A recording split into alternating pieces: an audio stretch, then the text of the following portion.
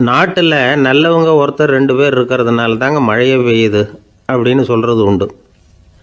நல்லார் ஒருவர் உளரேல் அவர் பொருட்டு எல்லாருக்கும் பெய்யும் மழை. சில சமயம் ரொம்ப பேர் திடீர்னு நல்லவங்களாகிடுவாங்க போல இருக்குது. அதனால தான் விடாமல் பேய் மழையாக கொட்டி தீர்த்துடுது. எல்லோரும் நல்லவங்களாகிட்டால் உலகமே தாங்காது போல இருக்கே. அப்பப்போ ஒருத்தர் 2 பேர் நல்லவங்களாகணும். அப்போ தான் சீராக மழை பெய்யும். மாதத்துக்கு 3 பேர் நல்லவங்களானா மாதம் மும்மாரி பொழியும். இதெல்லாம் வேடிக்கை பேச்சு. இப்போ இதெல்லாம் ஒரு பக்கம் இருக்கட்டும். இப்போ விஷயத்துக்கு வருவோம். ஒரு கும்பலில் நல்லவன் யார் அப்படிங்கிறத எப்படி கண்டுபிடிக்கிறது? இதுக்கு ஒரு வேடிக்கை கதை உண்டு. என்னுடைய நண்பர் ஒருத்தருக்கு அவங்க பாட்டியம்மா சொன்ன கதையும் அது என்ன கதைன்னா, ஒரு ஊரில் ஒரு சமயம் பலமான மழை பெய்ய ஆரம்பிச்சுட்டு தான். இடி மின்னல் ரொம்ப கடுமையாக இருந்திருக்குது. ஆரம்பித்த மழை வர வர கடுமையாக ஆகிட்டு இருக்குதே தவிர நிற்கிற பாடாக தெரியல. ஊர் ஜனங்கள்லாம் பார்த்தாங்க. இதுக்கு மேலேயும் வீட்டு உள்ளே இருந்தால் ஆபத்துங்கிறத புரிஞ்சுக்கிட்டாங்க. ஏன்னா வீடெல்லாம் இடிஞ்சி விழுந்துருமோங்கிற பயம். உடனே எல்லோரும் புறப்பட்டு ஊருக்கு பொதுவாக இருந்த ஒரு மண்டபத்தில் போய் தங்கிக்கிட்டாங்க. மின்னல் கடுமையாக இருந்தது. இடி எந்த நேரத்துலையும் விழலாம்ங்கிற நிலைமை. எப்போ விழலாம்னு பார்த்துக்கிட்டு இருக்குது. அந்த மண்டபத்தில் இருந்த ஜனங்கள் மனசுக்குள்ளே ஒரு பயம்.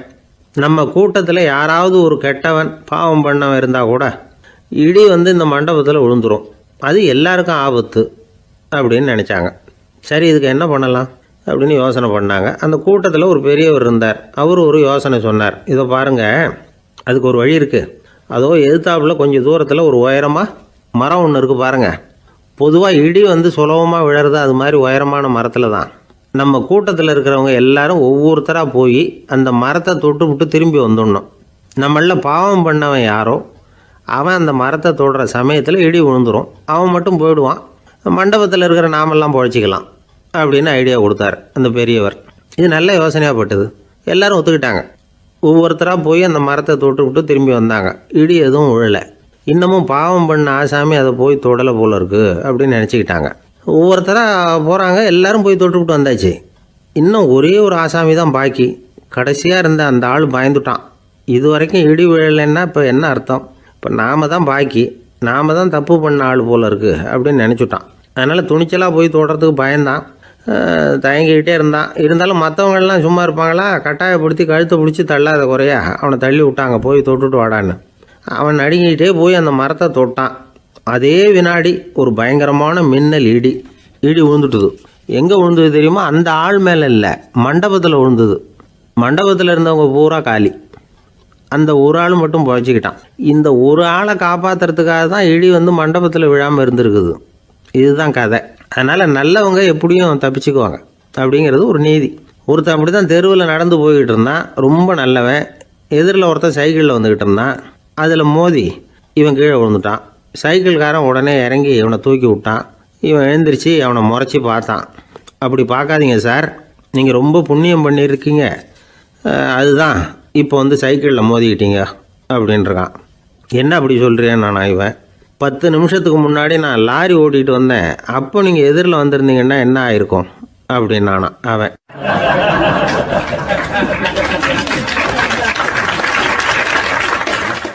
ஒரு பெரிய தத்துவ சிந்தனையாளர் இருந்தார்.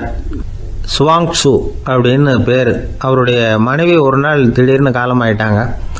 ஐயோ பாவம், அவர் ரொம்ப வருத்தப்படுவார். போய் ஆறுதலாக 4 வார்த்தை பேசிவிட்டு வரலாம் அப்படின்னு நினச்சிக்கிட்டு நிறைய பேர் அவரை தேடிட்டு வந்தாங்களாம். வந்தவங்களுக்கு ஆச்சரியம். ஏன்னா இவர் வருத்தப்பட்டுக்கிட்டு இருப்பார் அப்படின்னு தானே எதிர்பார்த்தாங்க. அப்படி இல்லை, தாளம் போட்டுக்கிட்டு உட்காந்துருக்கிறார். தாளத்துக்கு தகுந்த மாதிரி பாட்டு வேறு பாடிக்கிட்டு இருக்கிறார்.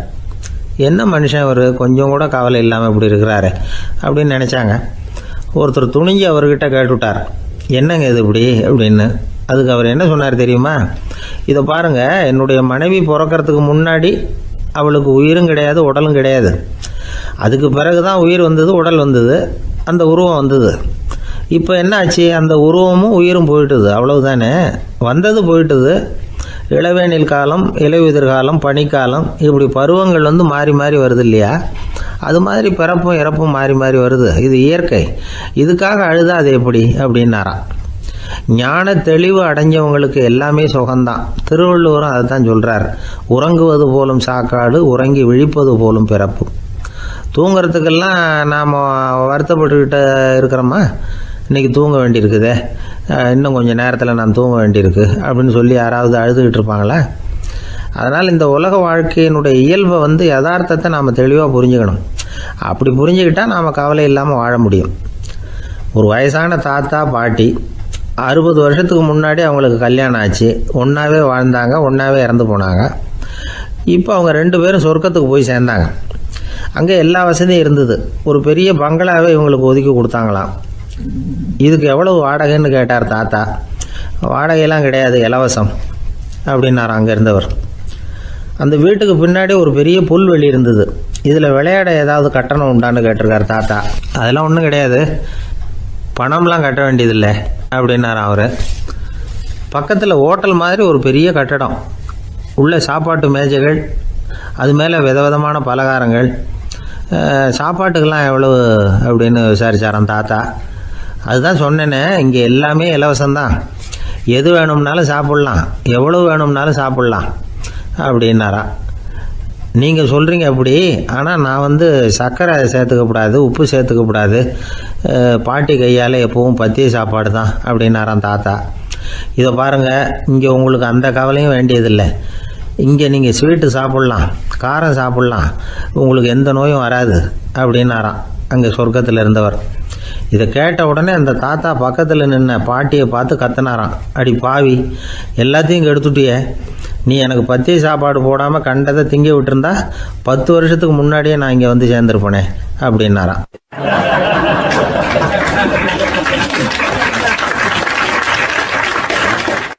ஒரு காட்டில் ஒரு முனிவர் இருந்தார். ஒரு நாள் அவரை தேடிட்டு 4 பேர் வந்தாங்க. சுவாமி, எங்களுக்கு ரொம்ப நாளாக ஒரு சந்தேகம்னாங்க. என்னன்னு கேட்டார். இந்த உலகத்தில் எவ்வளவோ காரியங்கள் நடக்குது, எது நியாயம் எது அநியாயம் அப்படின்னு புரிஞ்சிக்க முடியலன்னாங்க. அது யாராலையும் புரிஞ்சிக்க முடியாதுன்னார் முனிவர்.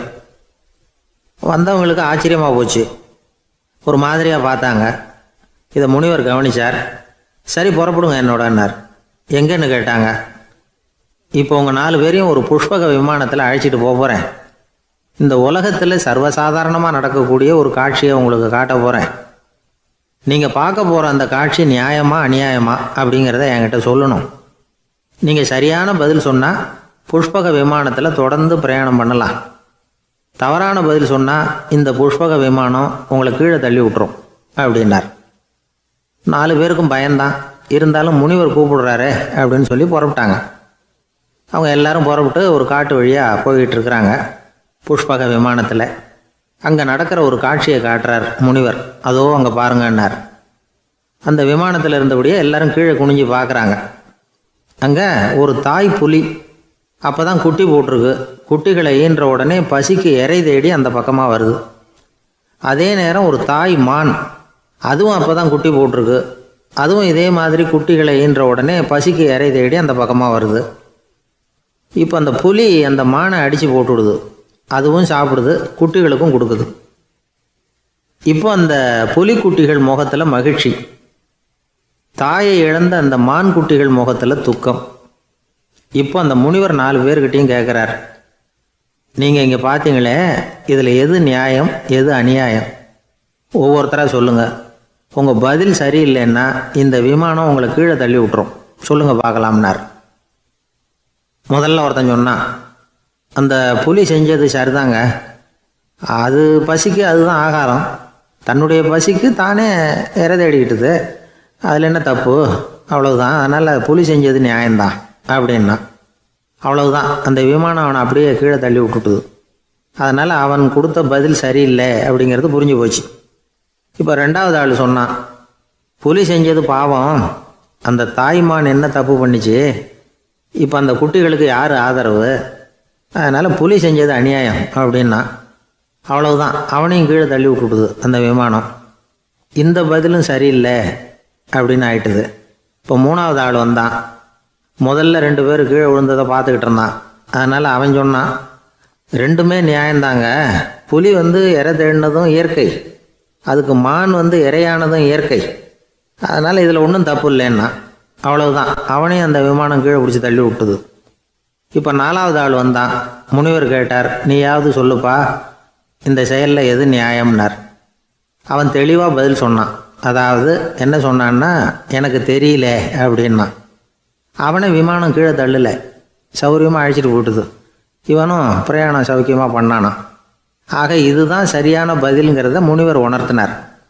இந்த கதையிலிருந்து நாம் புரிஞ்சுக்க வேண்டியது என்னென்னா, இந்த உலகத்தில் எவ்வளவோ காரியங்கள் நடக்குது.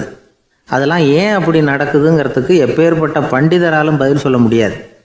தெரியாததை தெரியாதுன்னு ஒத்துக்கிட்டா வாழ்க்கை பிரயாணம் சுகமாக இருக்கும். அதனால் தேவையில்லாத விஷயங்களை புரிஞ்சுக்கிறதுக்கு நேரத்தை செலவு பண்ணிகிட்டு இருக்கக்கூடாது. வாழ்க்கையை குழப்பிக்கக்கூடாது. வாழ்க்கைக்கு தேவையானது என்னவோ அதை மட்டும் புரிஞ்சுக்கிட்டா போதும். இந்த காலத்து ஆள் ஒருத்தன் ஒரு பெரியவரை தேடி வந்தான். ஐயா, ஒரு சந்தேகம்னா. என்ன உன்னுடைய சந்தேகம்னார். பகுத்தறிவுன்னா என்ன, விதின்னா என்ன அப்படின்னு கேட்டான். இதுக்கு அவர், இப்போ உன்னுடைய வலது காலை தூக்குன்னார். தூக்கினான். சரி, இப்போ உன்னுடைய வலது காலை கீழே இறக்காம உன்னுடைய இடது காலையும் தூக்குன்னார். தூக்கினான். பொத்துன்னு கீழே விழுந்துட்டான். பெரியவர் சொன்னார், உன்னால் ஒரு காலை தூக்க முடிஞ்சுது, அதுதான் பகுத்தறிவு. 2 கால்களையும் ஒரே சமயத்தில் தூக்குனா அடிபடும், அப்படிங்கிறது தான் விதி அப்படின்னு விளக்கம் கொடுத்தார். இவன் தன்னுடைய விதியை நொந்துக்கிட்டே இடுப்பை பிடிச்சிக்கிட்டு அங்கேருந்து நடந்து போயிட்டானான்.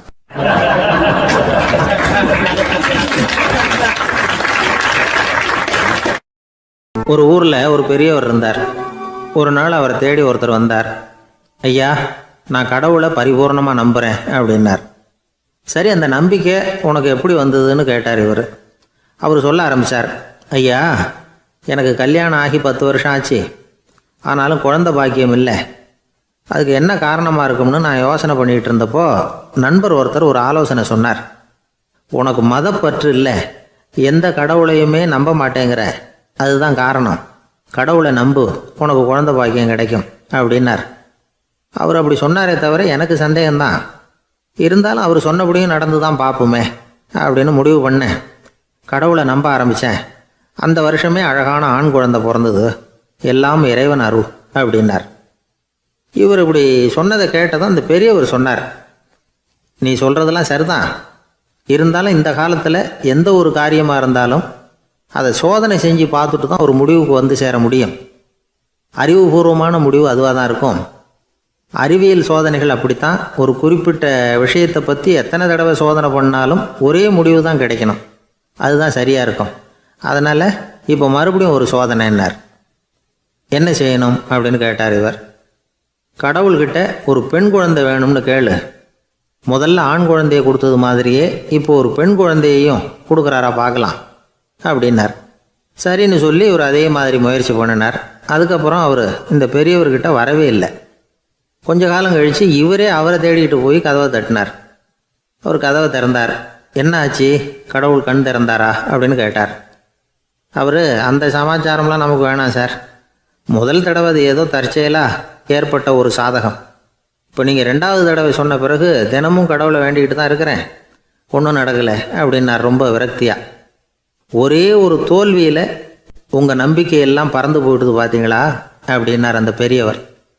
எல்லாம் நல்ல விதமாக நடக்கிற வரைக்கும் நம்பிக்கை, எதிர்பார்த்தது தோல்வியில் முடிஞ்சுட்டுதுன்னா அவநம்பிக்கை.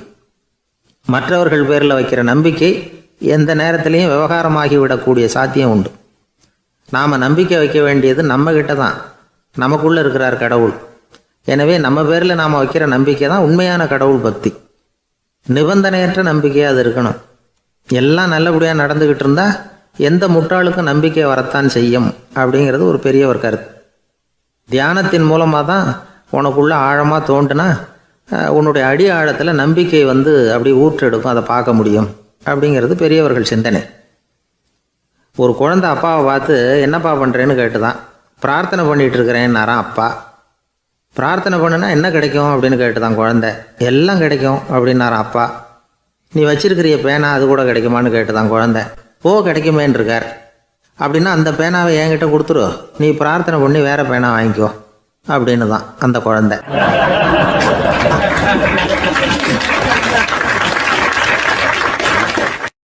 ஒரு வயசான பாட்டியும் தாத்தாவும் ஒரு பூங்காவில் உட்காந்து பேசிக்கிட்டு இருக்கிறாங்க. அவங்களுக்கு கல்யாணம் ஆகி 53 வருஷம் ஆச்சு. பிள்ளைங்கள்லாம் படித்து பெரிய பெரிய வேலையில் இருக்கிறாங்க. பேரன் பேத்திகளும் நல்ல நிலைமையில் இருக்கிறாங்க. இந்த தாத்தாவும் பாட்டியும் சிரித்து பேசிக்கிட்டு இருந்ததை ஒரு பெரியவர் பார்த்தார். அவருக்கு ஆச்சரியமாக இருந்தது. இந்த வயசுலேயும் இவ்வளவு அந்யோன்யமாக இவங்க பேசிக்கிட்டு இருக்கிறாங்களே அப்படின்னு நினச்சார். சரி நேரிலேயே கேட்டுருவோமே அப்படின்னு நினச்சிக்கிட்டு கிட்ட போனார். உங்கள் மன வாழ்க்கையின் வெற்றிக்கான ரகசியம் என்ன அப்படின்னு கேட்டார். இதை கேட்டதும் அந்த தாத்தா சிரிச்சுக்கிட்டே பாட்டியை பார்த்தாராம். அதுக்கப்புறம் சொன்னாராம், நான் இந்த அம்மாவை கல்யாணம் பண்ணிக்கிட்டதுக்கும் எங்களுடைய இல்வாழ்க்கை இவ்வளவு நாளாக பலம் குறையாமல் மகிழ்ச்சியாக இருக்கிறதுக்கும் காரணம் ஒன்று தான். அது என்ன காரணம்னா, எங்களுக்கு இடையில பொதுவாக நிறைய குறைகள் உண்டு, அதுதான் காரணம் அப்படின்னாராம். அவர் சொல்கிறது சரிதான் அப்படிங்கிறது மாதிரியே அந்த பாட்டியும் அவரை நிமிர்ந்து பார்த்தாங்களாம். இந்த பெரியவர் மறுபடியும் அந்த பாட்டியை பார்த்து அதே கேள்வியை கேட்டிருக்கார். உங்களுடைய நீண்டகால மன வாழ்க்கைக்கு கிடைச்ச வெற்றி எதனாலேன்னு சொல்ல முடியுமா அப்படின்னு கேட்டாராம். அவங்களும் சிரிச்சுக்கிட்டே பதில் சொன்னாங்களாம். என்ன பதில் தெரியுமா? சில பேரை நாம் குறிப்பிட்ட பண்புகளுக்காக நேசிக்கிறோம், வேற சிலரை நாம் அந்த பண்புகள் இல்லாத குறைகளுக்காகவே விரும்பி பழகிறோம் இல்லையா அப்படின்னு கேட்டுவிட்டு தலையை குனிஞ்சிக்கிட்டாங்களாம் அந்த பாட்டியம்மா. அவங்க அப்படி சொன்னதை கேட்டதும் இவருக்கு புதுசாக ஞானம் பிறந்தது மாதிரி இருந்துதான். இதுதான் மனம் நிறைந்த மன வாழ்க்கை அப்படிங்கிறார் சுவாமி சென்மயானந்தர். பண்புகளை எப்படி நேசிக்க முடியுதோ அதே மாதிரி பண்புகள் இல்லாத குறைகளையும் நேசிக்க முடியும். மனசு தான் காரணம். ஒரு மேல்நாட்டு தம்பதி, அவங்களும் தாத்தா பாட்டி தான். அவங்க 2 பேரும் ஒரு பூங்காவில் உட்காந்து சிரித்து பேசிக்கிட்டு இருக்கிறாங்க. அதை ஒருத்தர் பார்த்தார். அவருக்கு ஆச்சரியம், இவ்வளவு காலம் ஆகி இந்த வயசுலேயும் இப்படி அன்பாக பேசிக்கிட்டு இருக்கிறாங்களே அப்படிங்கிற ஆச்சரியம். கிட்ட நெருங்கி போனார். கேட்டார், ஏன் தாத்தா உங்களுக்கு கல்யாணம் ஆகி எவ்வளோ வருஷம் ஆச்சுன்னார். 55 வருஷம் ஆச்சுன்னாராம் அவர். இன்னமும் இவ்வளவு சந்தோஷமாக இருக்கிறீங்களே, அதுக்கு என்ன காரணம்னு கேட்டிருக்கார். அதுக்கு என்ன காரணம்னா, இது வரைக்கும் எங்களுக்குள்ள சண்டையே வந்ததில்லை அப்படின்னாராம். அது எப்படி முடியும்னு கேட்டிருக்கார் இவர் ஆச்சரியமா. அந்த தாத்தா சொல்ல ஆரம்பித்தாராம், இதை பாருப்பா, எங்களுக்கு கல்யாணம் ஆன புதுசில் நானும் என்னுடைய மனைவியும் ஒரு குதிரை மேலே ஏறி ஒரு காட்டு வழியாக போய்கிட்டு இருந்தோம். கொஞ்சம் தூரம் போனதும் அந்த குதிரை எடக்கு பண்ணிச்சு. நான் உடனே கீழே இறங்கி அந்த குதிரையை பார்த்து, இது உனக்கு முதல் தடவை அப்படின்னு மிரட்டலாக சொல்லிவிட்டு ஏறி உக்காந்தேன். மறுபடியும் போனோம். கொஞ்சம் தூரம் குதிரை நல்லபடியாக நடந்து போச்சு. மறுபடியும் எடக்கு பண்ண ஆரம்பிச்சுட்டுது. நான் கீழே இறங்கினேன். கையில் இருந்த சாட்டையால் ஓங்கி ஒரு அடி கொடுத்தேன். இது உனக்கு 2வது தடவை அப்படின்னு சொல்லிவிட்டு ஏறி உக்காந்தேன். மறுபடியும் குதிரை கொஞ்சம் தூரம் நல்ல விதமாக நடந்து போச்சு. அப்புறமும் எடக்கு பண்ண ஆரம்பிச்சுட்டுது.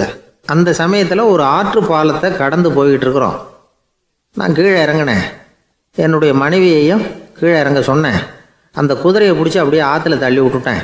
தள்ளி விட்டுட்டு, இது உனக்கு கடைசி தடவை அப்படின்னு சொன்னேன். அதை பார்த்ததும் என் மனைவி பதறி போயிட்டாங்க. போய், ஐயோ பாவம், என்ன இப்படி பண்ணிவிட்டீங்க, உங்களுக்கு மனசில் கொஞ்சம் கூட இறக்கமே இல்லையா அப்படின்னாங்க. நான் மெதுவாக இவங்க பக்கம் திரும்பி, இது உனக்கு முதல் தடவை அப்படின்னேன். அவ்வளவுதான், அன்னையிலேருந்து இன்னைய வரைக்கும் ஒரு நாள் கூட எங்களுக்குள்ள சண்டையே வந்ததில்லை அப்படின்னு விளக்கம் கொடுத்தார் அந்த தாத்தா.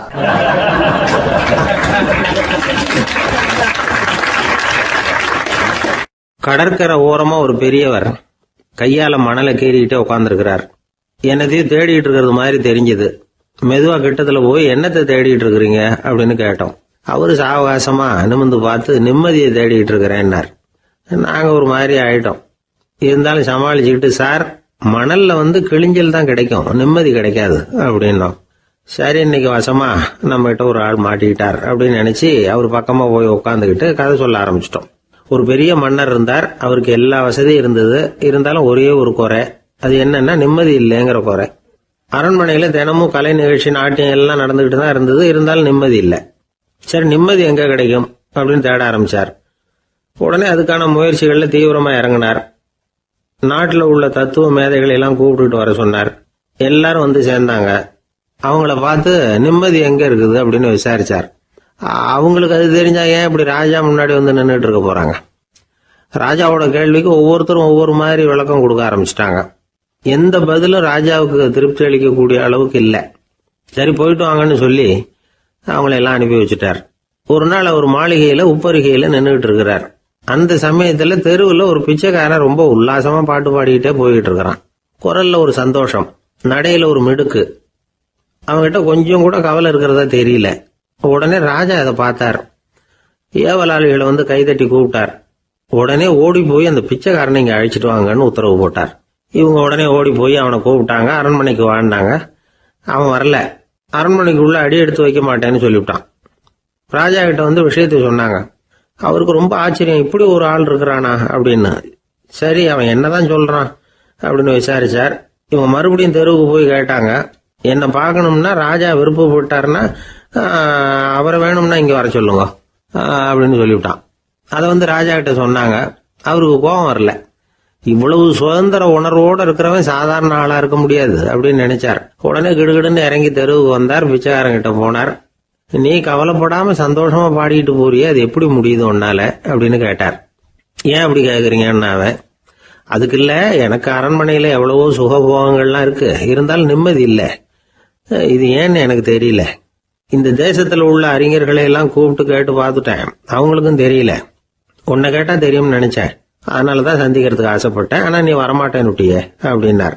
பிச்சைக்காரன் கடகடன்னு சிரிக்க ஆரம்பிச்சுட்டான். மகிழ்ச்சிக்கும் உங்களுக்கும் தடையா இருக்கிறது இந்த மாளிகை தான். இதை விட்டுட்டு வெளியில வந்துட்டா நிம்மதி தேடிட்டு வந்துரும்னா. நான் அரசன், எனக்குன்னு கடமைகள் இருக்கு, அதையெல்லாம் விட்டுட்டு எப்படி வர முடியும்னார் ராஜா. ரெண்டும் ஒரே நேரத்துல கிடைக்கணுங்கிறது முடியாத காரியம். உங்க சுகபோகத்துக்கு விலையாதான் உங்க நிம்மதியை கொடுத்துக்கிட்டு இருக்கிறீங்க. என்ன பாருங்க, என்கிட்ட எதுவும் இல்லை, அதனால எதுவும் போயிடுமோங்கிற பயமும் இல்லை, நிம்மதியா இருக்கிறேன் அப்படின்னா அவன். ராஜா உடனே சந்தோஷப்பட்டு தன்னுடைய மேலங்கியை எடுத்து அவனுக்கு பரிசா கொடுத்தாரான். அவன் சிரிச்சுக்கிட்டே அதை வாங்க மாட்டேன்னு விட்டானான். இதை நீங்க எனக்கு கொடுக்கறதுனால எந்த பயனும் இல்லை, அதே நேரத்துல அதை வாங்கிட்டேன்னா அடுத்த வினாடியிலிருந்து அதை எப்படி காப்பாத்துறதுங்கிற கவலை எனக்கு வந்து சேர்ந்துரும், அப்புறம் தூக்கம் வராது, நிம்மதி போயிடும் அப்படின்னானா. சொல்லிவிட்டு அவன் பாட்டுக்கு சந்தோஷமா பாடிக்கிட்டே போயிட்டான். நிம்மதி எங்க இருக்குங்கிறதையும் ராஜா தெரிஞ்சுக்கிட்டார். அந்த இடத்துக்கு தன்னால போக முடியாதுங்கிறதையும் அவர் புரிஞ்சுக்கிட்டார். இப்படி இந்த கதைய அந்த கடற்கரையில மணலை கீறிக்கிட்டே உட்கார்ந்துருந்தார அந்த பெரியவர்கிட்ட சொல்லி முடிச்சோம். அவர் முகத்துல ஒரு தெளிவு தெரிஞ்சது. எங்களை நிமிர்ந்து பார்த்தார். ரொம்ப நன்றிங்க, இப்ப எனக்கு தெரிஞ்சு போச்சு, நிம்மதி வேணும்னா அதுக்கு என்ன பண்ணணும்னு இப்ப நல்லா புரிஞ்சுக்கிட்டேன் அப்படின்னார். என்ன புரிஞ்சுக்கிட்டீங்கன்னு கேட்டோம். இனிமே இந்த பக்கம் வந்தா உங்க கண்ணுல படாத இடமா பார்த்து உட்காரணும்னு புரிஞ்சுக்கிட்டேன் அப்படின்னார்.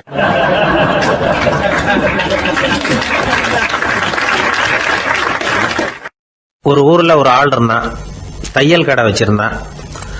அவங்கிட்ட ஒருத்தன் ஒரு சட்டை துணி எடுத்து கொடுத்து தைக்க சொல்லியிருந்தான். வர்ற சனிக்கிழமை வா, வந்து வாங்கிட்டு போ அப்படின்னு அவன் சொல்லியிருந்தான். அதே மாதிரி இவன் வந்தான். அவன் தச்சு வச்சிருந்த சட்டையை கொடுத்தான். இவன் வாங்கி அங்கேயே போட்டு பார்த்தான். கை நீளம் ஒண்ணுக்கு ஒண்ணு வித்தியாசமா இருந்தது. வலது கை இடது பக்கத்தை விட நீளம் குறைச்சலா இருந்தது. அவன் முணுமுணுக்க ஆரம்பிச்சுட்டான். என்ன இது இப்படி தைச்சுட்டியேன்னு. இதுக்கு அவன் சொன்னான், ஐயோ இதுக்காகவா சங்கடப்படுறீங்க, வலது கையை மட்டும் கொஞ்சம் உள்ள இழுத்தாப்புல வச்சுக்கிட்டீங்கன்னா சரியா போகுது, மற்றபடி அந்த சட்டையில உள்ள கலை அம்சத்தை கவனிங்க, எவ்வளவு அற்புதமா தச்சிருக்கேன் பாருங்க, ஒரு சின்ன குறைய இப்படி எல்லாம் பொருட்படுத்த வேண்டியதில்லை, நான் சொன்னது மாதிரி கையை கொஞ்சம் உள்ள இழுத்தது மாதிரி வச்சுக்கிட்டு நடந்து போங்க, ஜோரா இருக்கும் அப்படின்னா. அவனும் யோசிச்சு பார்த்தான். சரியான யோசனையா தான் தோணுச்சு. கொஞ்சம் முயற்சி பண்ணி வலது கையை கொஞ்சம் உள்ள இழுத்து சட்டை சரியா இருக்கிறது மாதிரி பண்ணிட்டான். இப்போ மறுபடியும் ஒரு பிரச்சனை. வலது கையை உள்ள இழுத்த மாதிரி அப்படியே வச்சுக்கிட்டதும் முதுகு பக்கம் கொஞ்சம் துணி தளர்த்தியா தொங்குறது மாதிரி தெரிஞ்சது. என்ன இது, முதுகு பக்கம் துணி குவிஞ்சுட்டுதே, தொங்குதே அப்படின்னா மறுபடியும், அடடா இதுக்காகவா கவலைப்படுறீங்க, உடம்ப அதுக்கு தகுந்த மாதிரி கொஞ்சம் வளைச்சிக்கிட்டா சரியா போடுது, இதுக்காக அந்த அழகான தையலை பிரிச்சு அதுல உள்ள கலை அம்சத்தை கெடுக்கிறதுக்கு என் மனசு இடம் தரல, எவ்வளவுக்கு தளர்த்தியா இருக்கோ அவ்வளவுக்கு கொஞ்சம் உடம்ப வளைச்சி அப்படி குனிஞ்சது மாதிரி போங்க போதும் அப்படின்னா. அதுவும் நல்ல யோசனையா தான் பட்டுது அவனுக்கு. சரின்னு சொல்லிவிட்டு புறப்பட்டான். தெருவில் இறங்கினான். கையை கொஞ்சம் உள்ள இழுத்தான். உடம்ப கொஞ்சம் முன்னால வளைச்சான். சட்டைக்கு தகுந்த மாதிரி உடம்ப பண்ணிட்டான். மெதுவா நடந்து போறான். இப்போ எதிரில் இன்னொருத்தன் வரான். இவனை பாக்குறான். இவன் போட்டிருக்கிற சட்டையை பாக்குறான். ஆஹா அற்புதம்ங்கிறான். சும்மா சொல்லக்கூடாது, ரொம்ப நல்லா இருக்கு, நிச்சயமா இது இந்த ஊர் மேல தெருவில் இருக்கிற ஒருத்தன் இருக்கானே, அவன் தச்சதா தான் இருக்கணும் அப்படின்னா. இதை கேட்டதும் அவனுக்கு ஆச்சரியம். எப்படி அவ்வளவு கரெக்டா கண்டுபிடிச்சிங்க அப்படின்னு கேட்டிருக்கான். இதுக்கு அந்த வழிபோகன்னு சொன்னானா, அவன் ரொம்ப கெட்டிக்காரன், உங்களை மாதிரி உடம்பும் கையும் வளைஞ்சு போன ஒரு ஆசாமிக்கு அவனை தவிர வேற யாராலேயும் இவ்வளவு பொருத்தமான ஒரு சட்டையை தைக்க முடியாது அப்படின்னானா. பாருங்க, அவனுக்காக இவன் அனுசரிக்க போய் இவனோட நிலைமை எப்படி ஆயிடுது பாருங்க. இதே மாதிரி தான் சில சடங்குகளும் சம்பிரதாயங்களும் நம்மளை கோமாளி ஆக்கி விட்டுரும். எதுவாக இருந்தாலும் அதில் அறிவுபூர்வமான அணுகுமுறை அவசியம். ஒரு நர்ஸ் அவசரமாக ஓடி டாக்டர்கிட்ட சொல்லிச்சான், டாக்டர் ஒரு தப்பு நடந்து போச்சு, 10ஆம் நம்பர் பெட்டில் இருக்கிற பேஷண்ட்டுக்கு காலில் ஆப்ரேஷன் பண்ணுறதுக்கு பதிலாக கையில் ஆப்ரேஷன் பண்ணி விட்டீங்க. கை ஆப்ரேஷன் பண்ணிக்க வேண்டிய ஆள் 7ஆம் நம்பர் பெட்டில் இருக்கார் அப்படின்னு தான். அதுக்கு ஒரு பதட்டப்படாமல் சொன்னாராம், பரவாயில்ல இவரை தூக்கி 7ஆம் நம்பர் பெட்டில் போட்டுரு அப்படின்னாராம்.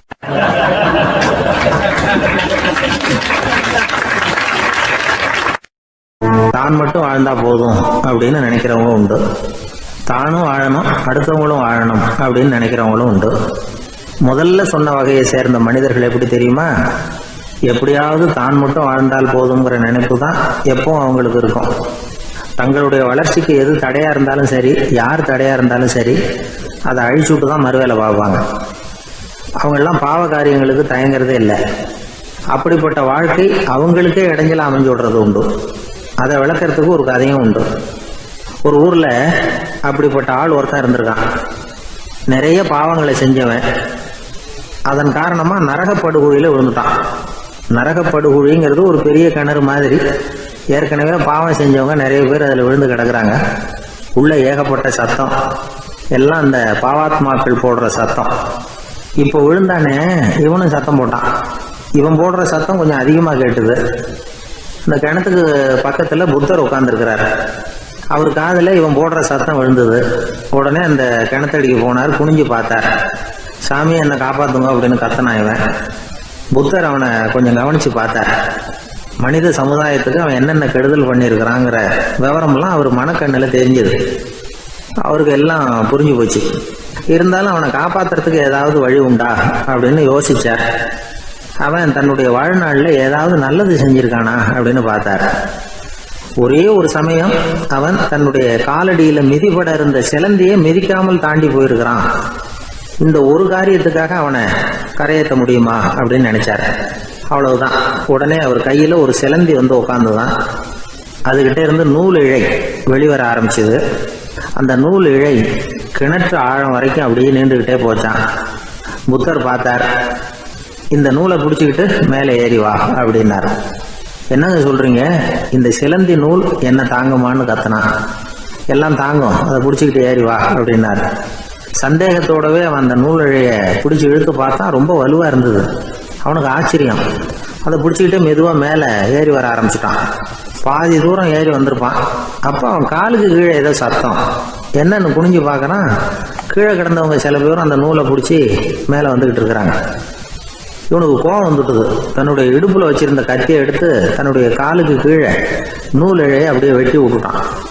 இனிமே நாம மட்டும்தான் மேலே ஏறி வந்துடணும் அப்படின்னு நினைச்சுக்கிட்டான். ஆனா நடந்தது என்ன தெரியுமா? மொத்த நூல் இழையும் அப்படியே அருந்து கீழே விழுந்துட்டுது. அவனும் பொத்துன்னு கீழே விழுந்துட்டான். மறுபடியும் கத்த ஆரம்பிச்சுட்டான். ஏற்கனவே அவன் செஞ்சிருந்த ஒரு சிறு கருணை அந்த நூல் இழைக்கு உறுதியை கொடுத்தது. இப்போ அவன் செஞ்ச பாவம் அந்த நூல் இழைய வலுவிழக்க செஞ்சுட்டுது. அடுத்தவங்களும் வாழணுங்கிற எண்ணம் அவனுக்கு இருந்திருந்தா இப்போ அவனும் கரையேறி வந்திருப்பான், மற்றவங்களும் சௌக்கியமா சேர்ந்திருப்பாங்க. அதனால நாமும் வாழணும், அடுத்தவங்களும் வாழணும் அப்படின்னு நினைக்கிறவன் வாழ்க்கையில சீக்கிரம் முன்னுக்கு வந்துருவான். ஒருத்தன் ஒரு டாக்டர் கிட்ட போனான், மருந்து வாங்கினான். வாங்கி கொண்டாந்து பேசாம வச்சுட்டான், சாப்பிடல. அப்புறம் எதுக்காகப்பா போய் அவர்கிட்ட மருந்து வாங்கினேன் அப்படின்னு கேட்டாங்க. டாக்டர் வாழணும் இல்லையா, அதனாலதான் அப்படின்னா. அவர் கொடுத்த மருந்து நீ ஏன் சாப்பிடல அப்புறம் அப்படின்னு கேட்டாங்க. நான் வாழணும் இல்லையா, அதுக்காக தான் அப்படின்னா.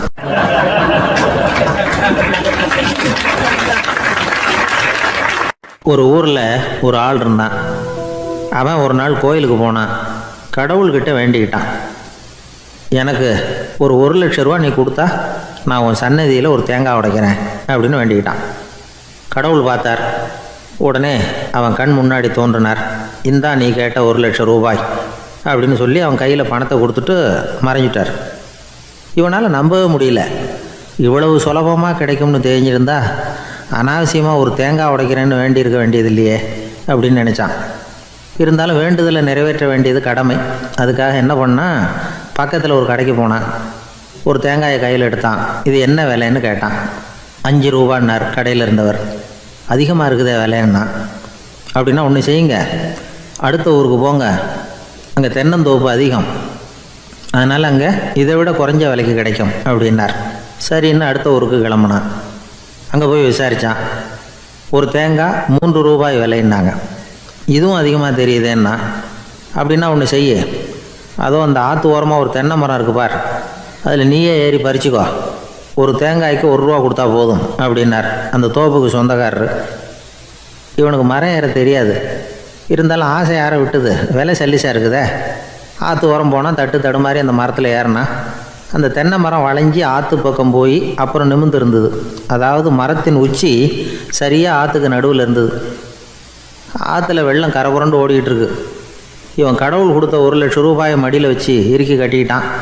உச்சிக்கு போய் காய் பறிக்கிற சமயத்தில் காற்று மழையும் பலமாக கலந்து அடிக்க ஆரம்பிச்சுட்டுது. கால் வழுக்கி விட்டுட்டுது. இவன் சடார்னு ஒரு தென்னை மட்டையை பிடிச்சிக்கிட்டு தொங்க ஆரம்பிச்சிட்டான். கீழே பயங்கரமான வெள்ளம், மடியில் 1 லட்சம் ரூபா பணம், என்ன செய்கிறதுன்னு தவிக்கிறான். இந்த சமயம் கரையில் ஒரு யானை பாகன் யானையை குளிப்பாட்டிக்கிட்டு இருக்கிறான். அது அவன் கண்ணில் பட்டுது. ஐயா ஒரு உதவின்னு கத்துனான். அவன் என்ன செய்யணும்னு கேட்டான். உன் யானையை மெதுவாக இங்கே அழைச்சிட்டு வா, எனக்கு நேராக கீழே நிறுத்து, என் காலை பிடிச்சி மெதுவாக கீழே இறக்கி விட்ரு, என் மடியில் இருக்கிற பணத்தில் உனக்கு 10,000 ரூபா தரேன் அப்படின்னா. அவன் பார்த்தான். காலை கையை பிடிச்சா கூட எவனும் இந்த காலத்தில் 10 ரூபாய்க்கு மேலே தரமாட்டேங்கிறான், இவன் காலை பிடிச்சா 10,000 தர்றேங்கிறான் அப்படின்னு யோசனை பண்ணான். உடனே யானையை கொண்டுட்டு போனான். அவனுக்கு நேராக கீழே நிறுத்தினான். அவன் காலை பிடிச்சான். அவ்வளவுதான். அந்த நேரம் பார்த்து யானை மெதுவாக நடந்து அப்பால் போட்டுது. இப்போ யானை பாகன் அவன் காலை கெட்டியாக பிடிச்சிக்கிட்டு தொங்குறான். பரிதாபமாக மேலே பார்க்குறான். அவன் மட்டையை பிடிச்சிக்கிட்டு தொங்குறான். இப்போ யானை பாகன் சொல்கிறான், தம்பி மட்டையை விட்டுறாத, கெட்டியாக பிடிச்சிக்கோ, நான் உனக்கு 10,000 ரூபா தரேன், இதோ மடியில் தான் வச்சுருக்கேன்னா. மேலே தொங்குறவனுக்கு இந்த நிலைமையிலேயும் ஒரு சந்தோஷம், மேற்கொண்டு ஒரு 10,000 ரூபா நமக்கு கிடைக்கும் போல இருக்கே அப்படின்னு. இந்த சமயத்தில் ஒருத்தன் ஒட்டகத்தை ஓட்டிகிட்டு வந்தான் அந்த பக்கமாக குளிப்பாட்டுறதுக்கு. யானை பாகம் பார்த்துட்டான். ஐயா ஒட்டகக்காரரே, அதை இங்கே கொண்டுட்டு வா, எங்கள் காலை பிடிச்சி பத்திரமா இறக்கி விடு, நாங்கள் பணம் கொடுக்குறோம்னா. அவனும் பணத்துக்கு ஆசைப்பட்டு வந்தான். அவன் காலை பிடிக்கிற சமயம் ஒட்டகமும் நழுவி போட்டுது. இப்போ 3 பேருமே வரிசையாக தொங்குறாங்க. ஒட்டகக்காரன் கத்துறான், தம்பி மட்டையை விட்டுறாத, கெட்டியாக பிடிச்சிக்கோ, நான் என் மடியில் இருக்கிற 5,000 உனக்கு தந்துடுறேன்னா. மேலே தொங்குறவனுக்கு இன்னமும் சந்தோஷம், இவனும் பணம் தர்றேங்கிறான். அப்படின்னா இன்றைக்கி நமக்கு மொத்த பண வரவு எவ்வளவு அப்படின்னு ஒவ்வொன்றா கூட்டி பார்க்க ஆரம்பித்தான். மனக்கணக்கு சரியாக வரல. அதனால் அப்படியே விரலை விட்டு எண்ண ஆரம்பித்தான். அவ்வளவுதான். மட்டையை விட்டுட்டு கை நழுவி வந்துட்டுது. 3 பேரும் பொத்துன்னு ஆற்றுல விழுந்தாங்க. படாத பாடுபட்டு தட்டு தடுமாறி கரைக்கு வந்து சேர்ந்தாங்க. 3 பேர் மடியில் இருந்த பணமும் ஆற்றோட போட்டுது. பேராசை பெருநஷ்டம் அப்படின்னு ஒரு பழமொழி இருக்குல்ல, அதை விளக்கறதுக்காக சொல்லப்பட்ட கதை இது. இந்த காலத்தில் ஒருத்தர் ஒரு நீச்சல் குளத்தில் நீச்சல் அடிச்சுக்கிட்டு இருக்கிறார். காவலுக்கு இருந்தவர் அதை கவனிச்சுட்டார்.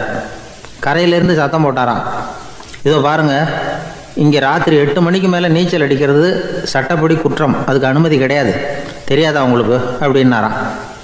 இதுக்கு அவர், ஐயையோ நான் நீச்சல் அடிக்க வந்தவன் இல்லைங்க, சும்மா சுற்றி பார்க்க வந்தவன், தடுமாறி குளத்தில் விழுந்துட்டேன், நீச்சல் தெரியாது, அதனால் தத்தளிச்சுக்கிட்டு இருக்கிறேன் அப்படின்னு கத்துனாராம். கரையில் இருந்தவர் பார்த்தார். ஓ அப்படின்னா சரி, அதுக்கு ஒன்றும் தடை இல்லை அப்படின்னு சொல்லிவிட்டு அவர் பாட்டு நடந்து போயிட்டாராம்.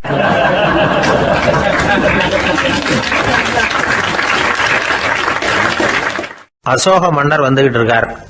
அவருடைய ஆலோசகர்கள் எல்லாம் பக்கத்தில் வந்துகிட்டு இருக்கிறாங்க. அந்த சமயத்தில் எதிரில் ஒரு புத்த பிக்ஷு வர்றார். அசோகர் பார்க்குறார். ஓடி போய் அவர் காலில் விழுந்து வணங்குறார். அசோக மன்னரின் தலை அந்த புத்த துறவியின் பாதத்தில் பட்டுக்கிட்டு இருக்கு. பக்கத்தில் நின்றுக்கிட்டு இருந்த அமைச்சருக்கு இது ரொம்ப சங்கடமாக போச்சு. ரொம்ப வருத்தப்பட்டார். நம்ம அசோக சக்கரவர்த்தி எப்பேற்பட்டவர், அவரோட தலை ஒரு சன்னியாசியின் பாதத்தில் படுறதா அப்படின்னு நினச்சி ரொம்ப கவலைப்பட்டார். அரண்மனைக்கு திரும்பினதும் அமைச்சர் மெதுவாக ஆரம்பித்தார். அரசே, எனக்கு ரொம்ப வருத்தமாக இருக்குது அப்படின்னார். எதுக்குன்னார் மன்னர். அசோக சக்கரவர்த்தியின் தலை, அதாவது அந்த சிரம், ரொம்ப மதிப்புமிக்க ஒன்று, அது ஒரு சன்னியாசியின் காலில் படலாமா அப்படின்னார். அசோகர் பதில் சொல்லலை, சிரிச்சார், போயிட்டார். அதுக்கப்புறம் ஒரு சரியான சந்தர்ப்பத்துக்காக காத்துக்கிட்டு இருந்தார். ஒரு நாள் அமைச்சரை கூப்பிட்டார். எனக்கு 3 தலைகள் வேணும் அப்படின்னார். சொல்லுங்க, கொண்டுகிட்டு வரேன் அப்படின்னார் அமைச்சர். அசோகர் சொன்னார், முதல்ல எனக்கு தேவையானது ஒரு ஆட்டின் தலை, ரெண்டாவது ஒரு புலியின் தலை, மூன்றாவது ஒரு மனிதனின் தலை. இதுதான் அசோகர் கேட்டது. எங்க இருந்தாலும் கொண்டு வாங்கன்னார். அமைச்சர் புறப்பட்டார். ஆட்டுத்தலை புலித்தலை கிடைச்சிட்டுது.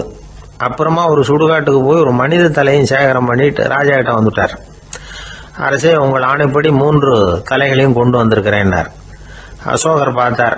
ரொம்ப நல்லது, இப்ப இது 3ஐயும் எடுத்துக்கிட்டு போய் சந்தையில வித்துட்டு வாங்க அப்படின்னார். அமைச்சர் அதுகளை எடுத்துக்கிட்டு சந்தைக்கு போனார். முதல்ல ஆட்டுத்தலை நல்ல விலைக்கு வித்து போச்சு. நல்ல விலை கொடுத்து வாங்கிட்டு போட்டாங்க. அடுத்தபடியா புலி தலைய ஒருத்தர் வாங்கிட்டார். அதை பாடம் பண்ணி வீட்டில் மாட்டி வைக்கலாமே அப்படின்னு நினைச்சு அதையும் வாங்கிட்டு போட்டார். மனித தலையை மட்டும் வாங்குறதுக்கு யாரும் முன் வரல. எல்லாரும் அதை பார்த்துட்டு விலைக்கு போக ஆரம்பிச்சாங்க. அமைச்சர் திரும்பி வந்தார். அரசே, இந்த தலையை மட்டும் யாரும் வாங்க மாட்டேங்கிறாங்க அப்படின்னார். சரி, பரவாயில்ல, இதை இலவசமாவே எனாமாவே யாருக்கிட்டையாவது கொடுத்துட்டு வந்துருங்க அப்படின்னார். அமைச்சர் மறுபடியும் சந்தைக்கு போனார். இதை இலவசமா தரேன், இதை வாங்கிக்கோங்க அப்படின்னார். அப்பவும் அதை யாரும் வாங்கிக்கிறதுக்கு தயாரா இல்லை. மறுபடியும் திரும்பி வந்து மன்னர்கிட்ட விவரத்தை சொன்னார். இப்போ மன்னர் சொல்றார், அமைச்சரே, உயிர் இருக்கிற வரைக்கும் தான் இந்த தலைக்கு மதிப்பு. ஜீவன் போனதுக்கு அப்புறம் அதோட மதிப்பும் போயிடுது. அதனால மதிப்பு இருக்கும் பொழுதே பெரியவர்கள் பாதம் பணிந்து அந்த புனிதத்தை பெற்றுக்கொள்ளணும் அப்படின்னார். பணிவுங்கிறது வேற, அடிமைத்தனம்ங்கிறது வேற. பெரியவர்களை பணிவது நமக்கு பெருமை தரக்கூடிய விஷயம். இதை மனசுல வச்சுக்கிட்டு எப்போ காலில் விழணும், எப்போ காலில் விழக்கூடாது அப்படிங்கிறத முடிவு பண்ணிக்கணும். ஒரு சாதாரண ஆள் நடந்து வந்துகிட்டு இருந்தார். எதிரில் வந்த ஒரு பெரிய மனுஷன் ஓடி போய் அவர் காலில் விழுந்து தன்னுடைய தலையை அவர் பாதத்தில் கொண்டு போய் வச்சார். கொஞ்ச நேரம் கழிச்சு எழுந்திரிச்சு வந்துட்டார். வந்த பிறகு இவரை கேட்டேன், ஏன் திடீர்னு ஓடி போய் அந்த ஆளு காலில் விழுந்தீங்க அப்படின்னு. அவர் போட்டிருக்கிறது என்னோட காணாம போன செருப்பான்னு கண்டுபிடிக்கிறதுக்காக அப்படி விழுந்தேன் அப்படின்னார்.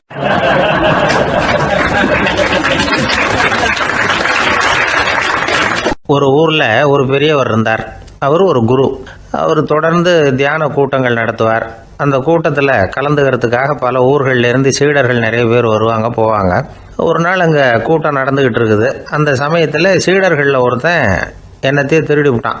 மற்ற சீடர்கள் அதை கவனிச்சுட்டாங்க. இவன் ஆப்பிட்டுக்கிட்டான். கூட்டம் முடிஞ்ச பிற்பாடு இவன் திருடின விஷயத்த அந்த பெரியவர்கிட்ட போய் சொன்னாங்களாம்.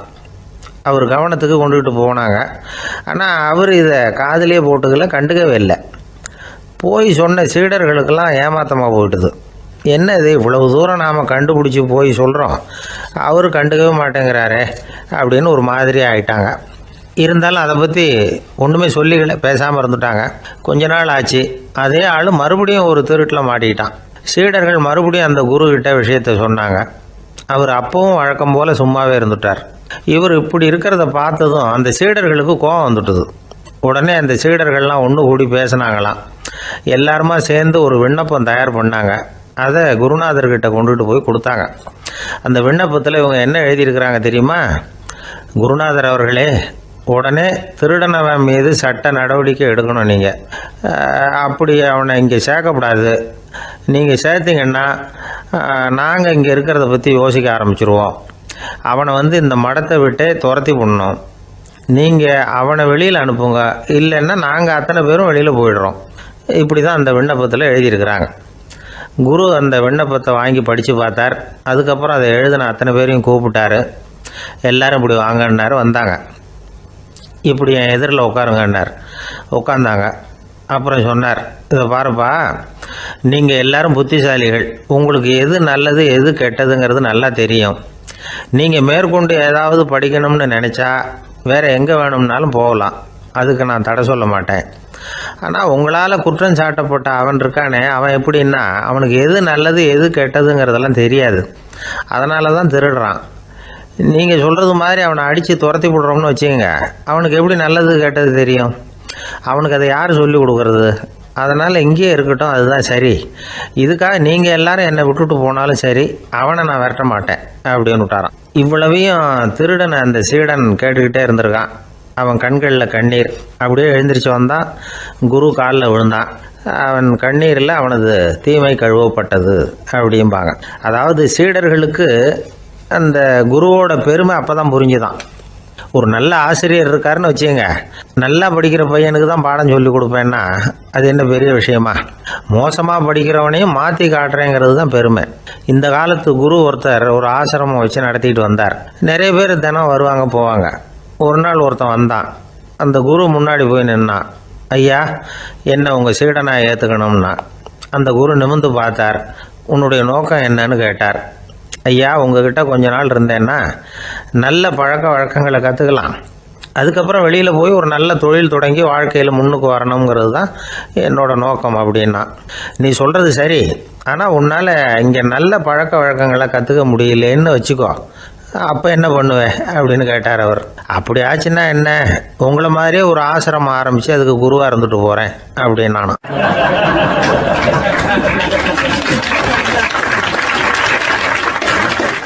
ஒருத்தன் வேகமாக ஓடி வந்தான். ஏப்பா அப்படி தலை தெறிக்க ஓடி வர்றேன்னு கேட்டேன். பின்னாடி துரத்திக்கிட்டு வருது சார் அப்படின்னா. ஏதாவது நாய் துரத்திக்கிட்டு வருது போல இருக்கு அப்படின்னு நினச்சி அவனுக்கு பின்னாடி பார்க்குறேன். கண்ணுக்கு எட்டின தூரம் வரைக்கும் எதுவுமே தெரியல.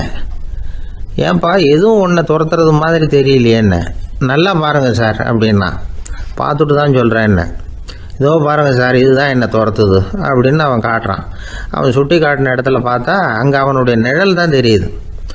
என்னப்பா சொல்கிற அப்படின்னு சொல்லி அவனை சந்தேகமாக பார்த்தேன். அதுக்கப்புறம் தான் அவன் விவரமாக பேசினான். சார், எனக்கு என் நிழலை கண்டா பிடிக்கிறதில்ல. எப்போ பார்த்தாலும் இது என்னையே பின்தொடர்ந்து வந்துக்கிட்டு இருக்குது. இதை என்னால் சகிக்கவே முடியல. இதை என்கிட்டேருந்து பிரிக்கிறதுக்கு எவ்வளவோ முயற்சிகள்லாம் பண்ணி பார்த்துட்டேன், முடியலன்னா. அப்படி என்னென்ன முயற்சிகள் பண்ணினேன் அப்படின்னு கேட்டேன். அவன் என்னென்ன செஞ்சாங்கிறத விவரமாக சொன்னான். அவன் என்ன பண்ணியிருக்கிறான், ஒரு பெரிய குழியை தோண்டி அதில் தன்னுடைய நிழலை புதைச்சிருவோம் அப்படின்னு முடிவு பண்ணிவிட்டு மண்வெட்டி எடுத்துக்கிட்டு தோட்டத்து பக்கம் போயிருக்கான். ஆழமாக ஒரு குழியை தோண்டியிருக்கான். குனிஞ்சு பார்க்குறான். அந்த குழிக்குள்ளே தன்னுடைய நிழல் தெரியுது. ஆஹா, இதுதான் சமயம், நிழல் இப்போ குழிக்குள்ளே இருக்குது, மண்ணை போட்டு மூடி விடலாம் அப்படின்னு நினச்சிக்கிட்டு கொஞ்சம் மண்ணை அள்ளி போட்டான். பார்த்தா இப்போ அந்த நிழல் அந்த மண்ணுக்கு மேலே வந்து நிற்கிது. இது ஏதுடா ரொம்ப போச்சு அப்படின்னு அவசரமாக மண்ணை வாரி போட்டு மூடி பார்க்குறான். குழி பூராவும் மூடி விட்டு பார்க்குறான். மறுபடியும் நிழல் மேலே வந்து உட்காந்துக்கிட்டு இருக்குது. சரி, இதை குழியில் புதைக்க முடியாது அப்படின்னு முடிவு பண்ணிட்டு இதை இங்கேயே இப்படியே விட்டுட்டு ஒரே ஓட்டமாக ஓடி போடுவோம் அப்படின்னு நினச்சி எடுத்தான் ஓட்டம். அது காலை நேரம். இவன் மேற்க நோக்கி ஓடிக்கிட்டு இருக்கிறான். ஓடி ஓடி பார்க்குறான், நிழல் இவனை விட வேகமாக இவனுக்கு முன்னாடி ஓடிக்கிட்டு இருக்கு. சரி, திரும்பி ஓடி பார்ப்போம் அப்படின்னு நினச்சிக்கிட்டு அப்படியே சடார்னு திரும்பி ஓட ஆரம்பித்தான். பார்த்தான், அப்பாடா நிழலை காணலை. கொஞ்சம் தூரம் ஓடி ஒரு இடத்துல நின்று அப்படியே சாவகாசமாக திரும்பி பார்க்குறான். பின்னாடி நின்றுக்கிட்டு இருக்குது நிழல். இப்படி ஓடி வந்து தான் இங்கே நம்ம முன்னாடி நின்று தன்னுடைய அவஸ்தையை சொல்லிக்கிட்டு இருக்கிறான். இந்த நிழலை துரத்துறது அல்லது வெட்டி விடுறது, இதுக்கு ஏதாவது வழி இருக்கா சொல்லுங்கள் சார் அப்படிங்கிறான். நமக்கு ஒன்றும் புரியல. அந்த நேரம் பார்த்து ஒரு பெரியவர் வந்தார். அவர்கிட்ட யோசனை கேட்டோம், என்ன செய்யலாம்னு. அவர் சொன்னார், இந்த பாருப்பா, நீ அங்கேயும் எங்கேயும் ஓடாத, அப்படியே கீழே படுத்துக்கொண்டார். அது நல்ல உச்சி வேலை. அவன் அப்படியே கீழே படுத்துக்கிட்டான். இப்போ அப்படி இப்படின்னு திரும்பி பார்க்குறான், நிழலை காணலை. அவன் இப்போ தான் நிம்மதியாக இருந்தான்.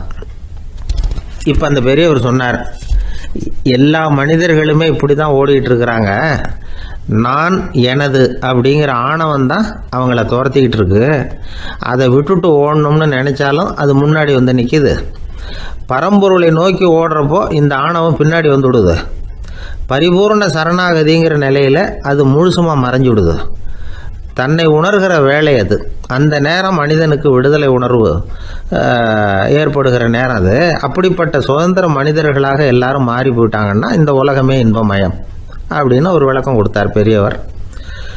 நம்மால் ஒருத்தர் வேகமாக ஓடி வந்துக்கிட்டு இருந்தான். ஏன்டா அப்படி ஓடி வர்ற அப்படின்னு கேட்டார் எதிரில் வந்தவர். ஆசை துரத்துது, அதுதான் ஓடி வர்றேன்னா. உனக்கு என்ன ஆசைன்னு கேட்டார்.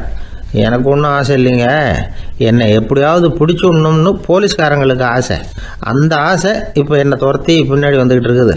அதுதான் தப்பிச்சு வந்துக்கிட்டு இருக்கிறேன். குறுக்க நிற்காதீங்க சார், வழியை விடுங்க அப்படின்னு சொல்லிவிட்டு வேகமாக ஓடி மறைஞ்சான்.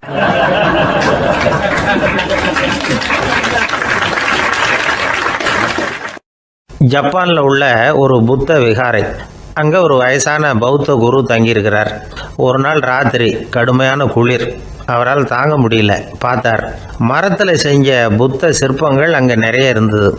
அதில் ஒன்றை எடுத்து அதுக்கு தீ மூட்டி அந்த நெருப்பில் குளிர் காஞ்சிக்கிட்டு இருக்கிறார். மர சிற்பம் தீ வச்சதும் படபடன்னு வெடிக்க ஆரம்பிச்சுட்டுது. அந்த சத்தத்தை கேட்டதும் அந்த புத்த விகாரையின் குருக்கள் வெளியில் ஓடி வந்தார். இவர் ஆனந்தமாக குளிர் காஞ்சிக்கிட்டு இருக்கிறார். அவரால் பொறுத்துக்க முடியல. தெருவில் தெரிஞ்சுக்கிட்டு இருந்த அந்த பெரியவரை இங்கே தங்க அனுமதித்ததே அவர் தான். இவர் இப்படி பண்ணுறாருன்னு நினச்சிக்கிட்டே அவரை கோபமாக பார்த்தார். ஏன் இப்படி கோபமாக பார்க்குறீங்க, இப்படி வந்து உட்காருங்க அப்படிங்கிறாரு இவர். அவருக்கு இன்னமும் கோபம் வந்துட்டுது. எங்கள் கடவுளை வந்து எரிச்சுட்டீங்களே அப்படின்னு சத்தம் போட்டாராம். அப்படியா அப்படின்னு கேட்டுக்கிட்டே அந்த சாம்பலை கிளறினார் இவர். என்ன செய்கிறீங்கன்னு கேட்டிருக்காரு அவர். நான் எலும்புகளை தேடுறேன்னாராம். நீங்கள் ஒரு பைத்தியம், இது ஒரு மர சிற்பம், இதில் எலும்புகள் கிடையாது அப்படின்னாராம். அவருக்கு கோபம் வந்துட்டுது. உடனே வெளியில் போங்கன்னு கத்தியிருக்கார். வெளியில் தள்ளி கதவையும் சாத்தி விட்டாராம். மறுநாள் காலையில் கதவை திறந்து பார்த்தா அந்த வயசான பெரியவர் ஒரு மயில்கல் மேலே சில காட்டு பூக்களை வச்சு புத்தம் சரணம் கச்சாமின்னு சொல்லிக்கிட்டே இருக்கிறார். இவருக்கு சந்தேகமாக போட்டுது. கிட்ட போனார். என்ன செஞ்சுக்கிட்டு இருக்கீங்கன்னு கேட்டார். இது என்னுடைய காலை நேர பிரார்த்தனைனாராம். நிஜமாகவே நீங்கள் ஒரு பைத்தியமாக தான் இருக்கணும், ஏன்னா அது ஒரு மயில்கல் அப்படின்னாராம். இப்போ அந்த பெரியவர் சொன்னாராம், நீங்கள் ஒரு மரத்தை புத்தராக நினைக்கும் பொழுது நான் ஏன் ஒரு மயில்கல்ல புத்தராக நினைக்கக்கூடாது? நான் வந்து புத்தரை எரிக்கலாம், ஏன்னா அவரை நான் நேசிக்கிறேன். அந்த சிற்பம் வந்து மரத்தால் ஆனதுங்கிறது எனக்கு தெரியும். நான் ஒரு மயில்கல்லை தொழலாம், ஏன்னா அது எனது பூக்களை தாங்குது. நான் இந்த மயில்கல்லுக்குள்ளே மறைஞ்சிருக்கிற புத்தரை பார்க்குறேன். யாராவது ஒரு சிற்பி இதை சிலையாக்கினா தான் நீங்கள் புத்தரை பார்க்க முடியும். அன்னைக்கு ரொம்ப குளிராக இருந்தது. நான் எனக்குள்ளே இருக்கிற புத்தரையும் பாதுகாக்கணும். உள்ளே இருக்கிற புத்தரை காப்பாற்றுறதுக்காக வெளியில் உள்ள புத்தரை எரிக்கலாம், அதில் ஒன்றும் தப்பு இல்லை. அது அவருடைய போதனையிலேயே இருக்குது. உனக்குள் ஜோதியாக இரு அப்படிங்கிறது அவருடைய போதனை. என்னுடைய புத்தர் வந்து குளிரில் நடுங்கிட்டு இருந்தார். அந்த மர சிற்பங்கள் வெயில் மழையில் உணர்ச்சி இல்லாமல் இருந்தது, அதனால் அப்படி பண்ணினேன். ஆனால் நீங்கள் என்ன பண்ணீங்க? நான் ஒரு மர புத்தரை எரிச்சதுக்காக உயிருள்ள புத்தரை வெளியில் தள்ளி கதவை சாத்தினீங்க அப்படின்னாராம் அந்த பெரியவர். உண்மையான பக்திங்கிறது இதுதான். அதாவது உனக்குள் ஜோதியாக இரு அப்படின்னு புத்தர் சொன்னார் இல்லையா, அது மாதிரி தனக்குள் ஜோதியாக இருக்கிற இந்த காலத்து ஆசாமிகள் நிறைய பேர் உண்டு. எப்பவும் போதையிலேயே இருக்கிறவங்க. ஒரு நாள் நடு ராத்திரி ஒரு மது கடையில் ஒரு ஆள் அங்குள்ள சிப்பந்திகள்கிட்ட கேட்டுக்கிட்டு இருக்கிறான். மறுபடியும் இந்த கடை எப்போ திறப்பாங்கன்னு கேட்டானா. நாளைக்கு காலையில் 8 மணிக்கு திறப்பாங்க அப்படின்னு நானும் அங்கே இருந்த ஆள். அவன் திருப்பி திருப்பி அதையே கேட்டுக்கிட்டு இருக்கான். இவனுக்கு பதில் சொல்லி சொல்லி அழுத்து போச்சு. அதான் சொல்கிறேன் ஐயா, நாளைக்கு காலையில் வா அப்படின்னாங்களாம். அதுக்கு இவன், நான் வர்றதுக்காக கேட்கலையா, நேற்றுக்கு வந்தவன் உள்ளேயே மாட்டிக்கிட்டேன், வெளியில் போகிறதுக்காக கேட்டேன் அப்படின்னானான்.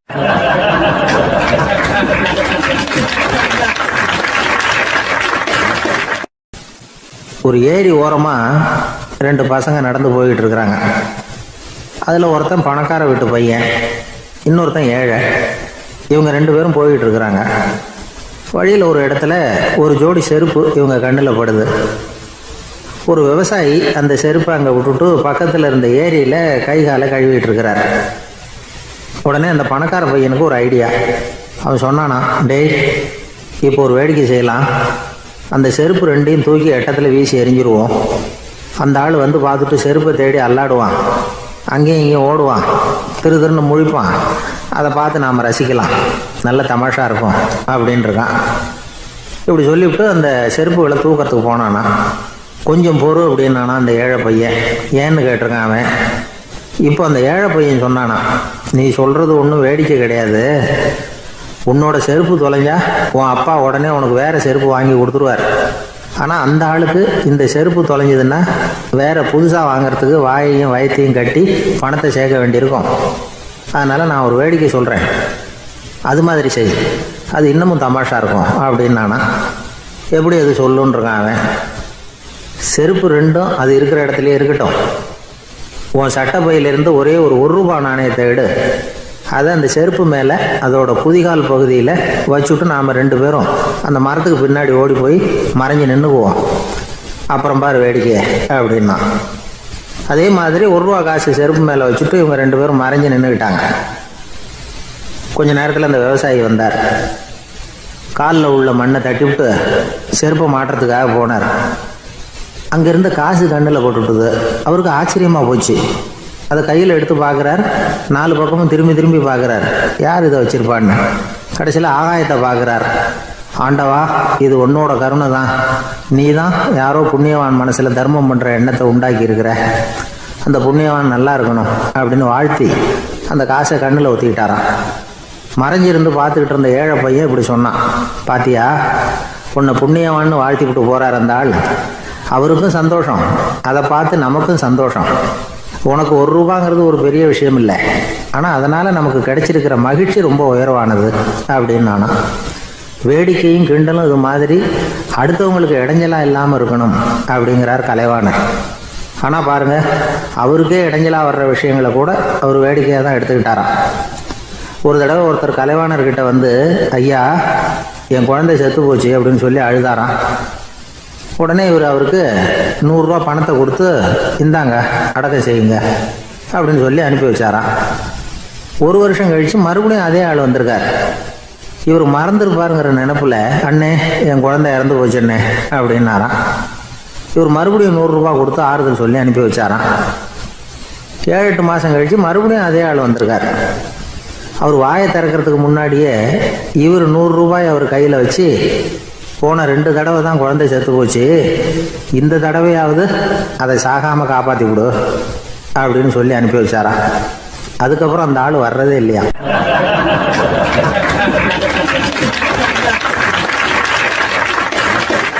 எனக்கு தெரிஞ்ச ஒருத்தர் இருக்கார். அவர் ஒரு பெரிய காவல்துறை அதிகாரி, ரொம்ப கண்டிப்பானவர். அவரை கண்டாவே எல்லாரும் பயப்படுவாங்க. அப்படிப்பட்டவர் வீட்டுக்கு போனால் அப்படியே அடியோடு மாறிடுவார். அங்கே போய் பார்த்தீங்கன்னா குழந்தைகளோட குழந்தையாக அவர் விளையாடிக்கிட்டு இருப்பார். அலுவலக சமயத்தில் பார்த்தீங்கன்னா குதிரை முதுகில் அவர் உட்காந்துருப்பார். வீட்டில் பார்த்தீங்கன்னா அவர் முதுகில் குழந்தை உட்காந்துருக்கும். அவர் குதிரை மாதிரி போய்கிட்டு இருப்பார். இது எப்படிங்க முடியுது உங்களால் அப்படின்னு கேட்டாங்க. அது ஒன்றும் இல்லை, இங்கே வீட்டுக்கு வந்த உடனே என்னோட மனசை தனியாக எடுத்து வச்சுருவேன் அப்படின்னார். அது என்னங்க உங்கள் சட்டப்பையிலையாக இருக்குது மனசு, அது தனியாக எடுத்து வைக்கிறதுக்கு அப்படின்னு கேட்டாங்க. அப்படி இல்லைங்க, இது ஒரு பயிற்சி, மனப்பயிற்சி, அவ்வளவுதான் அப்படின்னார். இப்படி சமயம் பார்த்து மனசை தனியாக வச்சுவிட தெரிஞ்சவங்க வாழ்க்கையில் எப்பவும் உற்சாகமாக இருப்பாங்க அப்படிங்கிறது பெரியவங்க கருத்து. ஒரு டாக்டர் ஆஸ்பத்திரியில் இருக்கிற வரைக்கும் டாக்டராக இருக்கலாம். அவர் மனைவிகிட்டையும் அவர் டாக்டராக இருக்க வேண்டிய அவசியம் இல்லை. ஒரு வக்கீல் கோர்ட்டில் இருக்கிற வரைக்கும் வக்கீலாக இருக்கலாம். வீட்டுக்கு வந்ததுக்கு அப்புறமும் வக்கீலாக இருக்க வேண்டிய அவசியம் கிடையாது. வீட்டில் குழந்தைகள்கிட்ட விளையாடும் பொழுதும் அதுகள்கிட்ட ஃபீஸு கேட்டுக்கிட்டு இருக்கக்கூடாது. நாம் எப்படி இருக்கணும்னு பெரியவங்க சொல்கிறாங்கன்னா, மனசோட சேரக்கூடாதான். அப்படி சேராமல் வாழ்க்கையை கவனிக்கணுமா. மனசை அப்படியே தனியாக எடுத்து பக்கத்தில் வச்சுடணும். அப்படின்னா அதை அப்படியே தூக்கி எறிஞ்சுடு அப்படின்னு அர்த்தம் இல்லை. ஏன்னா மனசுங்கிறது நமக்கு உபயோகப்படக்கூடிய ஒன்று தான். எப்போ அது தேவையோ அப்பப்போ எடுத்து உபயோகப்படுத்திக்கணும். தேவைப்படுறப்போ எடுத்து கண்ணாடியை மாட்டிக்கிறோம்ல, படிக்கும் பொழுது கண்ணாடி தேவைப்படுது, எடுத்து மாட்டிக்கிறோம் இல்லையா. அது மாதிரி கணக்கு போடுறதுக்கு மனசு தேவை. கடைக்கு போய் ஒரு பொருள் வாங்குகிறோம், காசு கொடுக்குறோம், மீதி சில்லறை சரியாக இருக்கா அப்படின்னு எண்ணி பார்த்து வாங்க வேண்டியிருக்கு. அந்த சமயத்தில் மனசை எடுத்து தனியாக வச்சுட்டேன் அப்படின்னு சொல்லிகிட்டு இருக்கக்கூடாது. பரீட்சைக்கு படிக்க வேண்டியிருக்குது, படித்ததையெல்லாம் அப்படியே நினைவில் வச்சுக்க வேண்டியிருக்கு.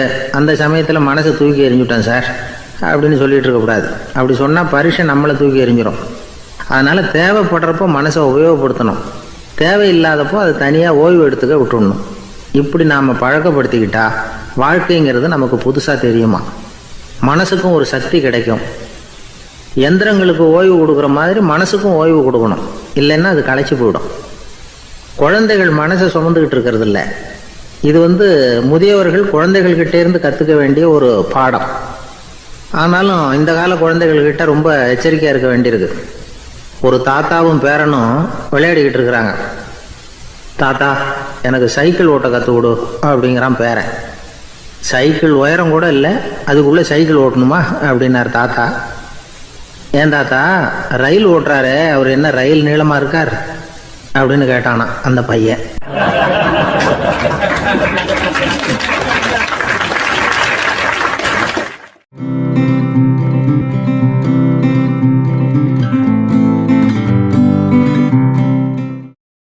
நாட்டில் நல்லவங்க ஒருத்தர் 2 பேர் இருக்கிறதுனால தாங்க மழையே பெய்யுது அப்படின்னு சொல்கிறது உண்டு. நல்லார் ஒருவர் உளரேல் அவர் பொருட்டு எல்லாருக்கும் பெய்யும் மழை. சில சமயம் ரொம்ப பேர் திடீர்னு நல்லவங்களாகிடுவாங்க போல இருக்குது. அதனால தான் விடாமல் பேய் மழையாக கொட்டி தீர்த்துடுது. எல்லோரும் நல்லவங்களாகிட்டால் உலகமே தாங்காது போல இருக்கே. அப்பப்போ ஒருத்தர் 2 பேர் நல்லவங்களாகணும். அப்போ தான் சீராக மழை பெய்யும். மாதத்துக்கு 3 பேர் நல்லவங்களானா மாதம் மும்மாரி பொழியும். இதெல்லாம் வேடிக்கை பேச்சு. இப்போ இதெல்லாம் ஒரு பக்கம் இருக்கட்டும். இப்போ விஷயத்துக்கு வருவோம். ஒரு கும்பலில் நல்லவன் யார் அப்படிங்கிறத எப்படி கண்டுபிடிக்கிறது? இதுக்கு ஒரு வேடிக்கை கதை உண்டு. என்னுடைய நண்பர் ஒருத்தருக்கு அவங்க பாட்டியம்மா சொன்ன கதையும் அது என்ன கதைன்னா, ஒரு ஊரில் ஒரு சமயம் பலமான மழை பெய்ய ஆரம்பிச்சுட்டு தான். இடி மின்னல் ரொம்ப கடுமையாக இருந்திருக்குது. ஆரம்பித்த மழை வர வர கடுமையாக ஆகிட்டு இருக்குதே தவிர நிற்கிற பாடாக தெரியல. ஊர் ஜனங்கள்லாம் பார்த்தாங்க. இதுக்கு மேலேயும் வீட்டு உள்ளே இருந்தால் ஆபத்துங்கிறத புரிஞ்சுக்கிட்டாங்க. ஏன்னா வீடெல்லாம் இடிஞ்சி விழுந்துருமோங்கிற பயம். உடனே எல்லோரும் புறப்பட்டு ஊருக்கு பொதுவாக இருந்த ஒரு மண்டபத்தில் போய் தங்கிக்கிட்டாங்க. மின்னல் கடுமையாக இருந்தது. இடி எந்த நேரத்துலையும் விழலாம்ங்கிற நிலைமை. எப்போ விழலாம்னு பார்த்துக்கிட்டு இருக்குது. அந்த மண்டபத்தில் இருந்த ஜனங்கள் மனசுக்குள்ளே ஒரு பயம். நம்ம கூட்டத்தில் யாராவது ஒரு கெட்டவன் பாவம் பண்ணவன் இருந்தால் கூட இடி இந்த மண்டபத்தில் விழுந்துடும். அது எல்லாருக்கும் ஆபத்து அப்படின்னு நினச்சாங்க. சரி, இதுக்கு என்ன பண்ணலாம் அப்படின்னு யோசனை பண்ணாங்க. அந்த கூட்டத்தில் ஒரு பெரியவர் இருந்தார். அவர் ஒரு யோசனை சொன்னார். இதை பாருங்கள், அதுக்கு ஒரு வழி இருக்குது. அதோ எதிர்த்தாப்பில் கொஞ்சம் தூரத்தில் ஒரு உயரமாக மரம் ஒன்று இருக்குது பாருங்கள். பொதுவாக இடி சுலபமாக விழறது அது மாதிரி உயரமான மரத்தில் தான். நம்ம கூட்டத்தில் இருக்கிறவங்க எல்லாரும் ஒவ்வொருத்தராக போய் அந்த மரத்தை தொட்டு விட்டு திரும்பி வந்துடணும். நம்மள பாவம் பண்ணவன் யாரோ அவன் அந்த மரத்தை தொடுற சமயத்தில் இடி விழுந்துடும். அவன் மட்டும் போயிடுவான். மண்டபத்தில் இருக்கிற நாமெல்லாம் பொழைச்சிக்கலாம் அப்படின்னு ஐடியா கொடுத்தார் அந்த பெரியவர். இது நல்ல யோசனையாக பட்டது. எல்லோரும் ஒத்துக்கிட்டாங்க. ஒவ்வொருத்தராக போய் அந்த மரத்தை தொட்டு விட்டு திரும்பி வந்தாங்க. இடி எதுவும் விழலை. இன்னமும் பாவம் பண்ண ஆசாமி அதை போய் தொடலை போல இருக்குது அப்படின்னு நினச்சிக்கிட்டாங்க. ஒவ்வொருத்தராக போகிறாங்க. எல்லோரும் போய் தொட்டு விட்டு வந்தாச்சு. இன்னும் ஒரே ஒரு ஆசாமி தான் பாக்கி. கடைசியாக இருந்த அந்த ஆள் பயந்துட்டான்.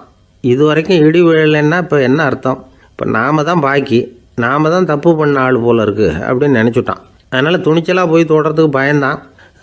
தயங்கிக்கிட்டே இருந்தான். இருந்தாலும் மற்றவங்கள்லாம் சும்மா இருப்பாங்களா? கட்டாயப்படுத்தி கழுத்தை பிடிச்சி தள்ளாத குறையா அவனை தள்ளி விட்டாங்க. போய் தொட்டுட்டு வாடான்னு. அவன் நடுங்கிக்கிட்டே போய் அந்த மரத்தை தொட்டான். அதே வினாடி ஒரு பயங்கரமான மின்னல் இடி விழுந்துட்டுது. எங்கே விழுந்தது தெரியுமா? அந்த ஆள் மேலே இல்லை, மண்டபத்தில் விழுந்தது. மண்டபத்தில் இருந்தவங்க பூரா காலி. அந்த ஒரு ஆள் மட்டும் பொழைச்சிக்கிட்டான். இந்த ஒரு ஆளை காப்பாற்றுறதுக்காக தான் இடி மண்டபத்தில் விழாமல் இருந்திருக்குது. இதுதான் கதை. அதனால் நல்லவங்க எப்படியும் தப்பிச்சுக்குவாங்க அப்படிங்கிறது ஒரு நீதி. ஒருத்தன் அப்படி தான் தெருவில் நடந்து போய்கிட்டு இருந்தான். ரொம்ப நல்லவன். எதிரில் ஒருத்தன் சைக்கிளில் வந்துக்கிட்டு இருந்தான்.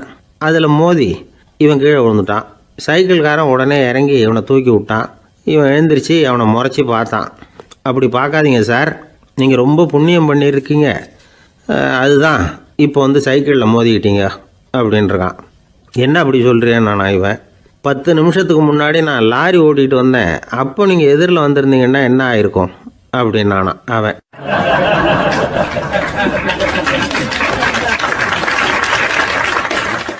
ஒரு பெரிய தத்துவ சிந்தனையாளர் இருந்தார்.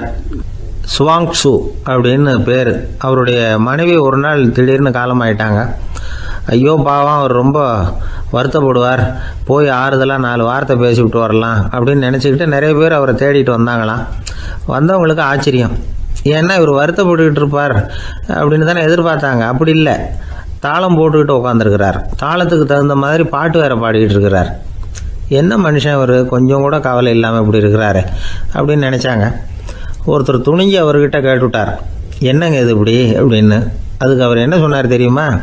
இதை பாருங்கள், என்னுடைய மனைவி பிறக்கிறதுக்கு முன்னாடி அவளுக்கு உயிரும் கிடையாது, உடலும் கிடையாது. அதுக்கு பிறகு தான் உயிர் வந்தது, உடல் வந்தது, அந்த உருவம் வந்தது. இப்போ என்ன ஆச்சு? அந்த உருவமும் உயிரும் போயிட்டுது, அவ்வளவுதானே. வந்தது போயிட்டுது. இளவேனில் காலம், இலையுதிர் காலம், பனிக்காலம், இப்படி பருவங்கள் மாறி மாறி வருது இல்லையா? அது மாதிரி பிறப்பும் இறப்பும் மாறி மாறி வருது, இது இயற்கை, இதுக்காக அழுதா அது எப்படி அப்படின்னாராம். ஞான தெளிவு அடைஞ்சவங்களுக்கு எல்லாமே சுகம்தான். திருவள்ளுவரும் அதை தான் சொல்கிறார், உறங்குவது போலும் சாக்காடு, உறங்கி விழிப்பது போலும் பிறப்பு. தூங்குறதுக்கெல்லாம் நாம் வருத்தப்பட்டுக்கிட்ட இருக்கிறோமா? இன்றைக்கி தூங்க வேண்டியிருக்குதே, இன்னும் கொஞ்சம் நேரத்தில் நான் தூங்க வேண்டியிருக்கு அப்படின்னு சொல்லி யாராவது அழுதுகிட்டு இருப்பாங்களா? அதனால் இந்த உலக வாழ்க்கையினுடைய இயல்பை யதார்த்தத்தை நாம் தெளிவாக புரிஞ்சுக்கணும். அப்படி புரிஞ்சுக்கிட்டால் நாம் கவலை இல்லாமல் வாழ முடியும். ஒரு வயசான தாத்தா பாட்டி 60 வருஷத்துக்கு முன்னாடி அவங்களுக்கு கல்யாணம் ஆச்சு, ஒன்றாவே வாழ்ந்தாங்க, ஒன்றாவே இறந்து போனாங்க. இப்போ அவங்க 2 பேரும் சொர்க்கத்துக்கு போய் சேர்ந்தாங்க. அங்கே எல்லா வசதியும் இருந்தது. ஒரு பெரிய பங்களாவே இவங்களுக்கு ஒதுக்கி கொடுத்தாங்களாம். இதுக்கு எவ்வளவு வாடகைன்னு கேட்டார் தாத்தா. வாடகையெல்லாம் கிடையாது, இலவசம் அப்படின்னார் அங்கே இருந்தவர். அந்த வீட்டுக்கு பின்னாடி ஒரு பெரிய புல்வெளி இருந்தது. இதில் விளையாட ஏதாவது கட்டணம் உண்டான்னு கேட்டிருக்கார் தாத்தா. அதெல்லாம் ஒன்றும் கிடையாது, பணம்லாம் கட்ட வேண்டியதில்லை அப்படின்னார் அவர். பக்கத்தில் ஹோட்டல் மாதிரி ஒரு பெரிய கட்டடம், உள்ள சாப்பாட்டு மேஜைகள், அது மேலே விதவிதமான பலகாரங்கள். சாப்பாட்டுக்கெல்லாம் எவ்வளவு அப்படின்னு விசாரிச்சாராம் தாத்தா. அதுதான் சொன்னேனே, இங்கே எல்லாமே இலவசம்தான், எது வேணும்னாலும் சாப்பிட்லாம், எவ்வளவு வேணும்னாலும் சாப்பிட்லாம் அப்படின்னாரா. நீங்கள் சொல்கிறீங்க அப்படி, ஆனால் நான் சர்க்கரை சேர்த்துக்கக்கூடாது, உப்பு சேர்த்துக்கக்கூடாது, பாட்டி கையால் எப்பவும் பத்திய சாப்பாடு தான் அப்படின்னாராம் தாத்தா. இதை பாருங்கள், இங்கே உங்களுக்கு அந்த கவலையும் வேண்டியதில்லை. இங்கே நீங்கள் ஸ்வீட்டு சாப்பிட்லாம், காரம் சாப்பிட்லாம், உங்களுக்கு எந்த நோயும் வராது அப்படின்னாராம் அங்கே சொர்க்கத்தில் இருந்தவர். இதை கேட்ட உடனே அந்த தாத்தா பக்கத்தில் நின்ன பாட்டியை பார்த்து கத்தினாராம், அடி பாவி, எல்லாத்தையும் கெடுத்துட்டியே, நீ எனக்கு பத்திய சாப்பாடு போடாமல் கண்டதை திங்க விட்டுருந்தா 10 வருஷத்துக்கு முன்னாடியே நான் இங்கே சேர்ந்துருப்பேனே அப்படின்னாராம்.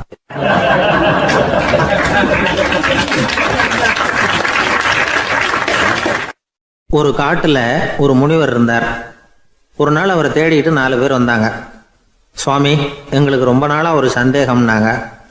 என்னன்னு கேட்டார். இந்த உலகத்தில் எவ்வளவோ காரியங்கள் நடக்குது, எது நியாயம் எது அநியாயம் அப்படின்னு புரிஞ்சிக்க முடியலன்னாங்க. அது யாராலையும் புரிஞ்சிக்க முடியாதுன்னார் முனிவர். வந்தவங்களுக்கு ஆச்சரியமாக போச்சு, ஒரு மாதிரியாக பார்த்தாங்க.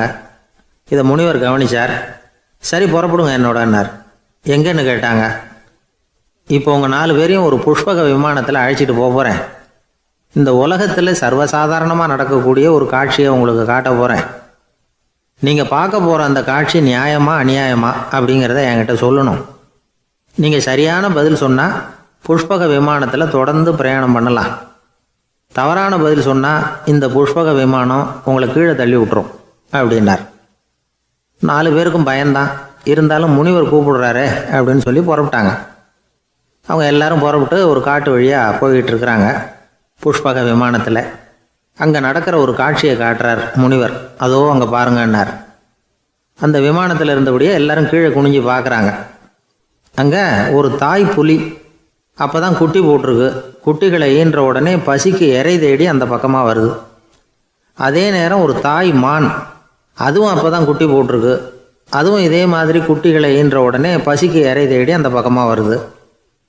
இப்போ அந்த புலி அந்த மானை அடித்து போட்டுவிடுது. அதுவும் சாப்பிடுது, குட்டிகளுக்கும் கொடுக்குது. இப்போ அந்த புலிக்குட்டிகள் முகத்தில் மகிழ்ச்சி, தாயை இழந்த அந்த மான் குட்டிகள் முகத்தில் துக்கம். இப்போ அந்த முனிவர் 4 பேர்கிட்டையும் கேட்குறார், நீங்கள் இங்கே பார்த்தீங்களே, இதில் எது நியாயம் எது அநியாயம் ஒவ்வொருத்தராக சொல்லுங்கள். உங்கள் பதில் சரியில்லைன்னா இந்த விமானம் உங்களை கீழே தள்ளி விட்டுரும், சொல்லுங்கள் பார்க்கலாம்னார். முதல்ல ஒருத்தன் சொன்னான், அந்த புலி செஞ்சது சரிதாங்க, அது பசிக்கு அதுதான் ஆகாரம், தன்னுடைய பசிக்கு தானே இறை தேடிக்கிட்டுது, அதில் என்ன தப்பு, அவ்வளவுதான், அதனால் புலி செஞ்சது நியாயம்தான் அப்படின்னா. அவ்வளவுதான், அந்த விமானம் அவனை அப்படியே கீழே தள்ளி விட்டுட்டுது. அதனால் அவன் கொடுத்த பதில் சரியில்லை அப்படிங்கிறது புரிஞ்சு போச்சு. இப்போ 2வது ஆள் சொன்னான், புலி செஞ்சது பாவம், அந்த தாய்மான் என்ன தப்பு பண்ணிச்சு, இப்போ அந்த குட்டிகளுக்கு யார் ஆதரவு, அதனால் புலி செஞ்சது அநியாயம் அப்படின்னா. அவ்வளவுதான், அவனையும் கீழே தள்ளி விட்டுடுது அந்த விமானம். இந்த பதிலும் சரியில்லை அப்படின்னு ஆயிட்டுது. இப்போ 3வது ஆள் வந்தான். முதல்ல 2 பேர் கீழே விழுந்ததை பார்த்துக்கிட்டு இருந்தான். அதனால் அவன் சொன்னான், ரெண்டுமே நியாயம்தாங்க. புலி இரை தேடினதும் இயற்கை, அதுக்கு மான் இரையானதும் இயற்கை. அதனால் இதில் ஒன்றும் தப்பு இல்லைன்னா அவ்வளவுதான். அவனையும் அந்த விமானம் கீழே பிடிச்சி தள்ளி விட்டுது. இப்போ 4வது ஆள் வந்தான். முனிவர் கேட்டார், நீயாவது சொல்லுப்பா, இந்த செயலில் எது நியாயம்னார். அவன் தெளிவாக பதில் சொன்னான். அதாவது என்ன சொன்னான்னா, எனக்கு தெரியல அப்படின்னா. அவனை விமானம் கீழே தள்ளலை, சௌரியமாக அழைச்சிட்டு போட்டுது. இவனும் பிரயாணம் சௌக்கியமாக பண்ணானான்.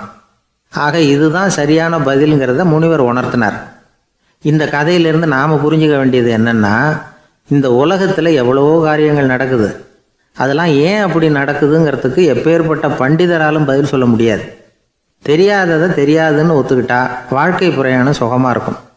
அதனால் தேவையில்லாத விஷயங்களை புரிஞ்சுக்கிறதுக்கு நேரத்தை செலவு பண்ணிகிட்டு இருக்கக்கூடாது. வாழ்க்கையை குழப்பிக்கக்கூடாது. வாழ்க்கைக்கு தேவையானது என்னவோ அதை மட்டும் புரிஞ்சுக்கிட்டா போதும். இந்த காலத்து ஆள் ஒருத்தன் ஒரு பெரியவரை தேடி வந்தான். ஐயா, ஒரு சந்தேகம்னா. என்ன உன்னுடைய சந்தேகம்னார். பகுத்தறிவுன்னா என்ன, விதின்னா என்ன அப்படின்னு கேட்டான். இதுக்கு அவர், இப்போ உன்னுடைய வலது காலை தூக்குன்னார். தூக்கினான். சரி, இப்போ உன்னுடைய வலது காலை கீழே இறக்காம உன்னுடைய இடது காலையும் தூக்குன்னார். தூக்கினான். பொத்துன்னு கீழே விழுந்துட்டான். பெரியவர் சொன்னார், உன்னால் ஒரு காலை தூக்க முடிஞ்சுது, அதுதான் பகுத்தறிவு. 2 கால்களையும் ஒரே சமயத்தில் தூக்குனா அடிபடும், அப்படிங்கிறது தான் விதி அப்படின்னு விளக்கம் கொடுத்தார். இவன் தன்னுடைய விதியை நொந்துக்கிட்டே இடுப்பை பிடிச்சிக்கிட்டு அங்கேருந்து நடந்து போயிட்டானான்.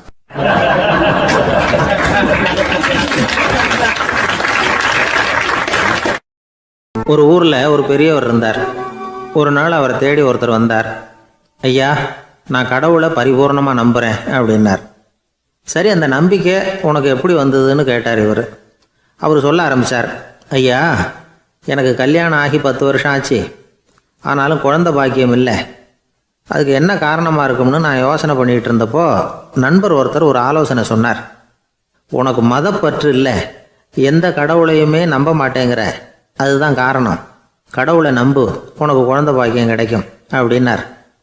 அவர் அப்படி சொன்னாரே தவிர எனக்கு சந்தேகம்தான். இருந்தாலும் அவர் சொன்னபடியும் நடந்து தான் பார்ப்போமே அப்படின்னு முடிவு பண்ணேன். கடவுளை நம்ப ஆரம்பித்தேன். அந்த வருஷமே அழகான ஆண் குழந்தை பிறந்தது. எல்லாம் இறைவன் அருள் அப்படின்னார். இவர் இப்படி சொன்னதை கேட்டதும் அந்த பெரியவர் சொன்னார், நீ சொல்கிறதெல்லாம் சரிதான், இருந்தாலும் இந்த காலத்தில் எந்த ஒரு காரியமாக இருந்தாலும் அதை சோதனை செஞ்சு பார்த்துட்டு தான் ஒரு முடிவுக்கு சேர முடியும். அறிவுபூர்வமான முடிவு அதுவாக தான் இருக்கும். அறிவியல் சோதனைகள் அப்படித்தான். ஒரு குறிப்பிட்ட விஷயத்தை பற்றி எத்தனை தடவை சோதனை பண்ணாலும் ஒரே முடிவு தான் கிடைக்கணும், அதுதான் சரியாக இருக்கும். அதனால் இப்போ மறுபடியும் ஒரு சோதனைன்னார். என்ன செய்யணும் அப்படின்னு கேட்டார் இவர். கடவுள்கிட்ட ஒரு பெண் குழந்தை வேணும்னு கேளு. முதல்ல ஆண் குழந்தையை கொடுத்தது மாதிரியே இப்போ ஒரு பெண் குழந்தையையும் கொடுக்குறாரா பார்க்கலாம் அப்படின்னார். சரின்னு சொல்லி இவர் அதே மாதிரி முயற்சி பண்ணினார். அதுக்கப்புறம் அவர் இந்த பெரியவர்கிட்ட வரவே இல்லை. கொஞ்ச காலம் கழித்து இவரே அவரை தேடிக்கிட்டு போய் கதவை தட்டினார். அவர் கதவை திறந்தார். என்ன ஆச்சு, கடவுள் கண் திறந்தாரா அப்படின்னு கேட்டார். அவர், அந்த சமாச்சாரம்லாம் நமக்கு வேணாம் சார். முதல் தடவை அது ஏதோ தற்செயலாக ஏற்பட்ட ஒரு சாதகம். இப்போ நீங்கள் 2வது தடவை சொன்ன பிறகு தினமும் கடவுளை வேண்டிக்கிட்டு தான் இருக்கிறேன், ஒன்றும் நடக்கலை அப்படின்னார் ரொம்ப விரக்தியாக. ஒரே ஒரு தோல்வியில் உங்கள் நம்பிக்கையெல்லாம் பறந்து போயிடுது பார்த்தீங்களா அப்படின்னார் அந்த பெரியவர். எல்லாம் நல்ல விதமாக நடக்கிற வரைக்கும் நம்பிக்கை, எதிர்பார்த்தது தோல்வியில் முடிஞ்சுட்டுதுன்னா அவநம்பிக்கை. மற்றவர்கள் பேரில் வைக்கிற நம்பிக்கை எந்த நேரத்திலையும் விவகாரமாகி விடக்கூடிய சாத்தியம் உண்டு. நாம் நம்பிக்கை வைக்க வேண்டியது நம்மக்கிட்ட தான், நமக்குள்ளே இருக்கிறார் கடவுள். எனவே நம்ம பேரில் நாம் வைக்கிற நம்பிக்கை தான் உண்மையான கடவுள் பக்தி. நிபந்தனையற்ற நம்பிக்கையாக அது இருக்கணும். எல்லாம் நல்லபடியாக நடந்துக்கிட்டு இருந்தால் எந்த முட்டாளுக்கும் நம்பிக்கை வரத்தான் செய்யும் அப்படிங்கிறது ஒரு பெரியவர் கருத்து. தியானத்தின் மூலமாக தான் உனக்குள்ளே ஆழமாக தோண்டுனா உன்னுடைய அடி ஆழத்தில் நம்பிக்கை அப்படி ஊற்றெடுக்கும், அதை பார்க்க முடியும் அப்படிங்கிறது பெரியவர்கள் சிந்தனை. ஒரு குழந்தை அப்பாவை பார்த்து என்னப்பா பண்ணுறேன்னு கேட்டு தான். பிரார்த்தனை பண்ணிகிட்டு இருக்கிறேன்னாராம் அப்பா. பிரார்த்தனை பண்ணுனா என்ன கிடைக்கும் அப்படின்னு கேட்டு தான் குழந்தை. எல்லாம் கிடைக்கும் அப்படின்னாராம் அப்பா. நீ வச்சிருக்கிறிய பேனா அது கூட கிடைக்குமான்னு கேட்டு தான் குழந்தை. கிடைக்குமேன்னு இருக்கார். அப்படின்னா அந்த பேனாவை என்கிட்ட கொடுத்துரு, நீ பிரார்த்தனை பண்ணி வேற பேனா வாங்கிக்கோ அப்படின்னு தான் அந்த குழந்தை.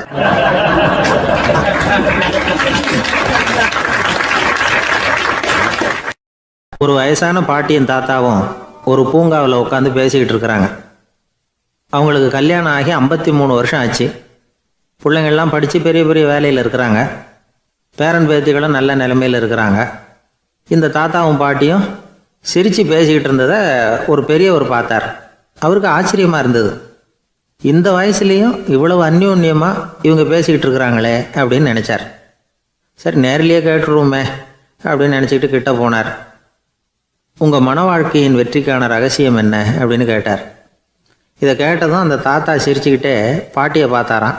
அதுக்கப்புறம் சொன்னாராம், நான் இந்த அம்மாவை கல்யாணம் பண்ணிக்கிட்டதுக்கும் எங்களுடைய இல்வாழ்க்கை இவ்வளவு நாளாக பலம் குறையாமல் மகிழ்ச்சியாக இருக்கிறதுக்கும் காரணம் ஒன்று தான். அது என்ன காரணம்னா, எங்களுக்கு இடையில பொதுவாக நிறைய குறைகள் உண்டு, அதுதான் காரணம் அப்படின்னாராம். அவர் சொல்கிறது சரிதான் அப்படிங்கிறது மாதிரியே அந்த பாட்டியும் அவரை நிமிர்ந்து பார்த்தாங்களாம். இந்த பெரியவர் மறுபடியும் அந்த பாட்டியை பார்த்து அதே கேள்வியை கேட்டிருக்கார். உங்களுடைய நீண்டகால மன வாழ்க்கைக்கு கிடைச்ச வெற்றி எதனாலேன்னு சொல்ல முடியுமா அப்படின்னு கேட்டாராம். அவங்களும் சிரிச்சுக்கிட்டே பதில் சொன்னாங்களாம். என்ன பதில் தெரியுமா? சில பேரை நாம் குறிப்பிட்ட பண்புகளுக்காக நேசிக்கிறோம், வேற சிலரை நாம் அந்த பண்புகள் இல்லாத குறைகளுக்காகவே விரும்பி பழகிறோம் இல்லையா அப்படின்னு கேட்டுவிட்டு தலையை குனிஞ்சிக்கிட்டாங்களாம் அந்த பாட்டியம்மா. அவங்க அப்படி சொன்னதை கேட்டதும் இவருக்கு புதுசாக ஞானம் பிறந்தது மாதிரி இருந்துதான். இதுதான் மனம் நிறைந்த மன வாழ்க்கை அப்படிங்கிறார் சுவாமி சென்மயானந்தர். பண்புகளை எப்படி நேசிக்க முடியுதோ அதே மாதிரி பண்புகள் இல்லாத குறைகளையும் நேசிக்க முடியும். மனசு தான் காரணம். ஒரு மேல்நாட்டு தம்பதி, அவங்களும் தாத்தா பாட்டி தான். அவங்க 2 பேரும் ஒரு பூங்காவில் உட்காந்து சிரித்து பேசிக்கிட்டு இருக்கிறாங்க. அதை ஒருத்தர் பார்த்தார். அவருக்கு ஆச்சரியம், இவ்வளவு காலம் ஆகி இந்த வயசுலேயும் இப்படி அன்பாக பேசிக்கிட்டு இருக்கிறாங்களே அப்படிங்கிற ஆச்சரியம். கிட்ட நெருங்கி போனார். கேட்டார், ஏன் தாத்தா உங்களுக்கு கல்யாணம் ஆகி எவ்வளோ வருஷம் ஆச்சுன்னார். 55 வருஷம் ஆச்சுன்னாராம் அவர். இன்னமும் இவ்வளவு சந்தோஷமாக இருக்கிறீங்களே, அதுக்கு என்ன காரணம்னு கேட்டிருக்கார். அதுக்கு என்ன காரணம்னா, இது வரைக்கும் எங்களுக்குள்ள சண்டையே வந்ததில்லை அப்படின்னாராம். அது எப்படி முடியும்னு கேட்டிருக்கார் இவர் ஆச்சரியமா. அந்த தாத்தா சொல்ல ஆரம்பித்தாராம், இதை பாருப்பா, எங்களுக்கு கல்யாணம் ஆன புதுசில் நானும் என்னுடைய மனைவியும் ஒரு குதிரை மேலே ஏறி ஒரு காட்டு வழியாக போய்கிட்டு இருந்தோம். கொஞ்சம் தூரம் போனதும் அந்த குதிரை எடக்கு பண்ணிச்சு. நான் உடனே கீழே இறங்கி அந்த குதிரையை பார்த்து, இது உனக்கு முதல் தடவை அப்படின்னு மிரட்டலாக சொல்லிவிட்டு ஏறி உக்காந்தேன். மறுபடியும் போனோம். கொஞ்சம் தூரம் குதிரை நல்லபடியாக நடந்து போச்சு. மறுபடியும் எடக்கு பண்ண ஆரம்பிச்சுட்டுது. நான் கீழே இறங்கினேன். கையில் இருந்த சாட்டையால் ஓங்கி ஒரு அடி கொடுத்தேன். இது உனக்கு 2வது தடவை அப்படின்னு சொல்லிவிட்டு ஏறி உக்காந்தேன். மறுபடியும் குதிரை கொஞ்சம் தூரம் நல்ல விதமாக நடந்து போச்சு. அப்புறமும் எடக்கு பண்ண ஆரம்பிச்சுட்டுது. அந்த சமயத்தில் ஒரு ஆற்று பாலத்தை கடந்து போய்கிட்டு இருக்கிறோம். நான் கீழே இறங்கினேன். என்னுடைய மனைவியையும் கீழே இறங்க சொன்னேன். அந்த குதிரையை பிடிச்சி அப்படியே ஆற்றுல தள்ளி விட்டுட்டேன். தள்ளி விட்டுட்டு, இது உனக்கு கடைசி தடவை அப்படின்னு சொன்னேன். அதை பார்த்ததும் என் மனைவி பதறி போயிட்டாங்க. போய், ஐயோ பாவம், என்ன இப்படி பண்ணிவிட்டீங்க, உங்களுக்கு மனசில் கொஞ்சம் கூட இறக்கமே இல்லையா அப்படின்னாங்க. நான் மெதுவாக இவங்க பக்கம் திரும்பி, இது உனக்கு முதல் தடவை அப்படின்னேன். அவ்வளவுதான், அன்னையிலேருந்து இன்னைய வரைக்கும் ஒரு நாள் கூட எங்களுக்குள்ள சண்டையே வந்ததில்லை அப்படின்னு விளக்கம் கொடுத்தார் அந்த தாத்தா.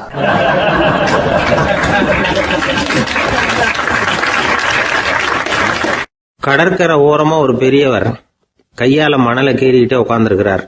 என்னத்தையும் தேடிட்டு இருக்கிறது மாதிரி தெரிஞ்சுது. மெதுவாக கிட்டத்தில் போய், என்னத்தை தேடிட்டு இருக்கிறீங்க அப்படின்னு கேட்டோம். அவரு சாவகாசமாக நிமிர்ந்து பார்த்து, நிம்மதியை தேடிட்டு இருக்கிறேன்னார். நாங்கள் ஒரு மாதிரி ஆயிட்டோம். இருந்தாலும் சமாளிச்சுக்கிட்டு, சார், மணல்ல கிழிஞ்சல் தான் கிடைக்கும், நிம்மதி கிடைக்காது அப்படின்னோம். சரி, இன்னைக்கு வசமா நம்மகிட்ட ஒரு ஆள் மாட்டிக்கிட்டார் அப்படின்னு நினைச்சு அவர் பக்கமா போய் உட்காந்துக்கிட்டு கதை சொல்ல ஆரம்பிச்சிட்டோம். ஒரு பெரிய மன்னர் இருந்தார். அவருக்கு எல்லா வசதியும் இருந்தது. இருந்தாலும் ஒரே ஒரு குறை. அது என்னன்னா, நிம்மதி இல்லைங்கிற குறை. அரண்மனையில தினமும் கலை நிகழ்ச்சி, நாட்டியம் எல்லாம் நடந்துகிட்டு தான் இருந்தது. இருந்தாலும் நிம்மதி இல்லை. சரி, நிம்மதி எங்க கிடைக்கும் அப்படின்னு தேட ஆரம்பிச்சார். உடனே அதுக்கான முயற்சிகள்ல தீவிரமா இறங்கினார். நாட்டில் உள்ள தத்துவ மேதைகளை எல்லாம் கூப்பிட்டுட்டு வர சொன்னார். எல்லாரும் சேர்ந்தாங்க. அவங்கள பார்த்து, நிம்மதி எங்க இருக்குது அப்படின்னு விசாரிச்சார். அவங்களுக்கு அது தெரிஞ்சா ஏன் இப்படி ராஜா முன்னாடி நின்றுட்டு இருக்க போறாங்க? ராஜாவோட கேள்விக்கு ஒவ்வொருத்தரும் ஒவ்வொரு மாதிரி விளக்கம் கொடுக்க ஆரம்பிச்சிட்டாங்க. எந்த பதிலும் ராஜாவுக்கு திருப்தி அளிக்கக்கூடிய அளவுக்கு இல்லை. சரி, போயிட்டு வாங்கன்னு சொல்லி அவங்கள எல்லாம் அனுப்பி வச்சுட்டார். ஒரு நாள் அவர் மாளிகையில உப்பருகையில நின்றுட்டு இருக்கிறார். அந்த சமயத்துல தெருவில் ஒரு பிச்சைக்காரன் ரொம்ப உல்லாசமா பாட்டு பாடிக்கிட்டே போயிட்டு இருக்கிறான். குரல்ல ஒரு சந்தோஷம், நடையில ஒரு மிடுக்கு. அவன்கிட்ட கொஞ்சம் கூட கவலை இருக்கிறதா தெரியல. உடனே ராஜா அதை பார்த்தார். ஏவலாளிகளை வந்து கைதட்டி கூப்பிட்டார். உடனே ஓடி போய் அந்த பிச்சைக்காரனை இங்க அழைச்சிட்டு வாங்கன்னு உத்தரவு போட்டார். இவங்க உடனே ஓடி போய் அவனை கூப்பிட்டாங்க. அரண்மனைக்கு வாழ்ந்தாங்க. அவன் வரல. அரண்மனைக்கு உள்ள அடி எடுத்து வைக்க மாட்டேன்னு சொல்லிவிட்டான். ராஜா கிட்ட வந்து விஷயத்தை சொன்னாங்க. அவருக்கு ரொம்ப ஆச்சரியம், இப்படி ஒரு ஆள் இருக்கிறானா அப்படின்னு. சரி, அவன் என்னதான் சொல்றான் அப்படின்னு விசாரிச்சார். இவங்க மறுபடியும் தெருவுக்கு போய் கேட்டாங்க. என்ன பார்க்கணும்னா ராஜா விருப்பப்பட்டாருன்னா அவரை வேணும்னா இங்க வர சொல்லுங்க அப்படின்னு சொல்லிவிட்டான். அதை வந்து ராஜா கிட்ட சொன்னாங்க. அவருக்கு கோபம் வரல. இவ்வளவு சுதந்திர உணர்வோடு இருக்கிறவன் சாதாரண ஆளா இருக்க முடியாது அப்படின்னு நினைச்சார். உடனே கிடுகிடுன்னு இறங்கி தெருவுக்கு வந்தார். பிச்சைக்காரங்கிட்ட போனார். நீ கவலைப்படாம சந்தோஷமா பாடிட்டு போறியே, அது எப்படி முடியுது உன்னால அப்படின்னு கேட்டார். ஏன் அப்படி கேக்குறீங்கன்னு அவன், அதுக்கு இல்ல, எனக்கு அரண்மனையில எவ்வளவோ சுகபோகங்கள்லாம் இருக்கு, இருந்தாலும் நிம்மதி இல்லை. இது ஏன்னு எனக்கு தெரியல. இந்த தேசத்துல உள்ள அறிஞர்களை எல்லாம் கூப்பிட்டு கேட்டு பார்த்துட்டேன், அவங்களுக்கும் தெரியல. உன்னை கேட்டா தெரியும்னு நினைச்சேன், அதனாலதான் சந்திக்கிறதுக்கு ஆசைப்பட்டேன். ஆனா நீ வரமாட்டேன்னுட்டியே அப்படின்னார். பிச்சைக்காரன் கடகடன்னு சிரிக்க ஆரம்பிச்சுட்டான். மகிழ்ச்சிக்கும் உங்களுக்கும் தடையா இருக்கிறது இந்த மாளிகை தான். இதை விட்டுட்டு வெளியில வந்துட்டா நிம்மதி தேடிட்டு வந்துடும்னா. நான் அரசன், எனக்குன்னு கடமைகள் இருக்கு, அதையெல்லாம் விட்டுட்டு எப்படி வர முடியும்னார் ராஜா. ரெண்டும் ஒரே நேரத்துல கிடைக்கணுங்கிறது முடியாத காரியம். உங்க சுகபோகத்துக்கு விலையாதான் உங்க நிம்மதியை கொடுத்துக்கிட்டு இருக்கிறீங்க. என்ன பாருங்க, என்கிட்ட எதுவும் இல்லை, அதனால எதுவும் போயிடுமோங்கிற பயமும் இல்லை, நிம்மதியா இருக்கிறேன் அப்படின்னா அவன். ராஜா உடனே சந்தோஷப்பட்டு தன்னுடைய மேலங்கியை எடுத்து அவனுக்கு பரிசா கொடுத்தாரான். அவன் சிரிச்சுக்கிட்டே அதை வாங்க மாட்டேன்னுட்டானான். இதை நீங்க எனக்கு கொடுக்கறதுனால எந்த பயனும் இல்லை, அதே நேரத்துல அதை வாங்கிட்டேன்னா அடுத்த வினாடியிலிருந்து அதை எப்படி காப்பாத்துறதுங்கிற கவலை எனக்கு வந்து சேர்ந்துரும், அப்புறம் தூக்கம் வராது, நிம்மதி போயிடும் அப்படின்னானா. சொல்லிவிட்டு அவன் பாட்டுக்கு சந்தோஷமா பாடிக்கிட்டே போயிட்டான். நிம்மதி எங்க இருக்குங்கிறதையும் ராஜா தெரிஞ்சுக்கிட்டார். அந்த இடத்துக்கு தன்னால போக முடியாதுங்கிறதையும் அவர் புரிஞ்சுக்கிட்டார். இப்படி இந்த கதைய அந்த கடற்கரையில மணலை கீறிக்கிட்டே உட்கார்ந்துருந்தார அந்த பெரியவர்கிட்ட சொல்லி முடிச்சோம். அவர் முகத்துல ஒரு தெளிவு தெரிஞ்சது. எங்களை நிமிர்ந்து பார்த்தார். ரொம்ப நன்றிங்க, இப்ப எனக்கு தெரிஞ்சு போச்சு, நிம்மதி வேணும்னா அதுக்கு என்ன பண்ணணும்னு இப்ப நல்லா புரிஞ்சுக்கிட்டேன் அப்படின்னார். என்ன புரிஞ்சுக்கிட்டீங்கன்னு கேட்டோம். இனிமே இந்த பக்கம் வந்தா உங்க கண்ணுல படாத இடமா பார்த்து உட்காரணும்னு புரிஞ்சுக்கிட்டேன் அப்படின்னார்.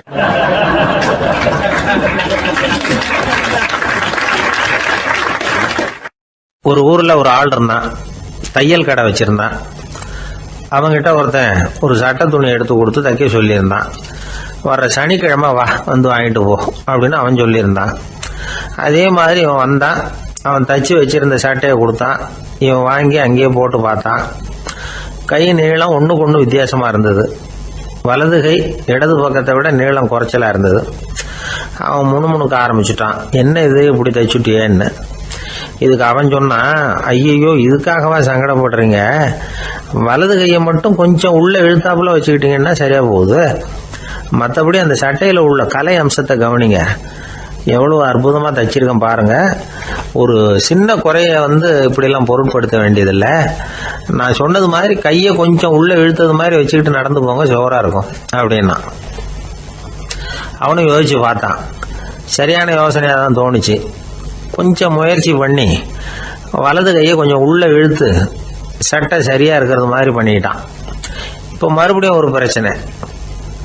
வலது கையை உள்ள இழுத்த மாதிரி அப்படியே வச்சுக்கிட்டதும் முதுகு பக்கம் கொஞ்சம் துணி தளர்த்தியா தொங்குறது மாதிரி தெரிஞ்சது. என்ன இது, முதுகு பக்கம் துணி குவிஞ்சுட்டுதே, தொங்குதே அப்படின்னா மறுபடியும், அடடா இதுக்காகவா கவலைப்படுறீங்க, உடம்ப அதுக்கு தகுந்த மாதிரி கொஞ்சம் வளைச்சிக்கிட்டா சரியா போடுது, இதுக்காக அந்த அழகான தையலை பிரிச்சு அதுல உள்ள கலை அம்சத்தை கெடுக்கிறதுக்கு என் மனசு இடம் தரல, எவ்வளவுக்கு தளர்த்தியா இருக்கோ அவ்வளவுக்கு கொஞ்சம் உடம்ப வளைச்சி அப்படி குனிஞ்சது மாதிரி போங்க போதும் அப்படின்னா. அதுவும் நல்ல யோசனையா தான் பட்டுது அவனுக்கு. சரின்னு சொல்லிவிட்டு புறப்பட்டான். தெருவில் இறங்கினான். கையை கொஞ்சம் உள்ள இழுத்தான். உடம்ப கொஞ்சம் முன்னால வளைச்சான். சட்டைக்கு தகுந்த மாதிரி உடம்ப பண்ணிட்டான். மெதுவா நடந்து போறான். இப்போ எதிரில் இன்னொருத்தன் வரான். இவனை பாக்குறான். இவன் போட்டிருக்கிற சட்டையை பாக்குறான். ஆஹா அற்புதம்ங்கிறான். சும்மா சொல்லக்கூடாது, ரொம்ப நல்லா இருக்கு. நிச்சயமா இது இந்த ஊர் மேல தெருவில் இருக்கிற ஒருத்தன் இருக்கானே, அவன் தைச்சதா தான் இருக்கணும் அப்படின்னா. இதை கேட்டதும் அவனுக்கு ஆச்சரியம். எப்படி அவ்வளவு கரெக்டாக கண்டுபிடிச்சிங்க அப்படின்னு கேட்டிருக்கான். இதுக்கு அந்த வழிபோகன்னு சொன்னானா, அவன் ரொம்ப கெட்டிக்காரன். உங்களை மாதிரி உடம்பும் கையும் வளைஞ்சு போன ஒரு ஆசாமிக்கு அவனை தவிர வேற யாராலேயும் இவ்வளவு பொருத்தமான ஒரு சட்டையை தைக்க முடியாது அப்படின்னானா. பாருங்க, அவனுக்காக இவன் அனுசரிக்க போய் இவனோட நிலைமை எப்படி ஆயிடுது பாருங்க. இதே மாதிரி தான் சில சடங்குகளும் சம்பிரதாயங்களும் நம்மளை கோமாளி ஆக்கி விட்டுரும். எதுவாக இருந்தாலும் அதில் அறிவுபூர்வமான அணுகுமுறை அவசியம். ஒரு நர்ஸ் அவசரமா ஓடி டாக்டர் கிட்ட சொல்லிச்சான், டாக்டர் ஒரு தப்பு நடந்து போச்சு, 10ஆம் நம்பர் பெட்ல இருக்கிற பேஷண்ட்டுக்கு காலில் ஆபரேஷன் பண்றதுக்கு பதிலாக கையில் ஆபரேஷன் பண்ணி விட்டீங்க. கை ஆபரேஷன் பண்ணிக்க வேண்டிய ஆள் 7ஆம் நம்பர் பெட்ல இருக்கார் அப்படின்னு தான். அதுக்கு ஒரு பதட்டப்படாம சொன்னாராம், பரவாயில்ல இவரை தூக்கி 7ஆம் நம்பர் பெட்ல போட்டுரு அப்படின்னாராம்.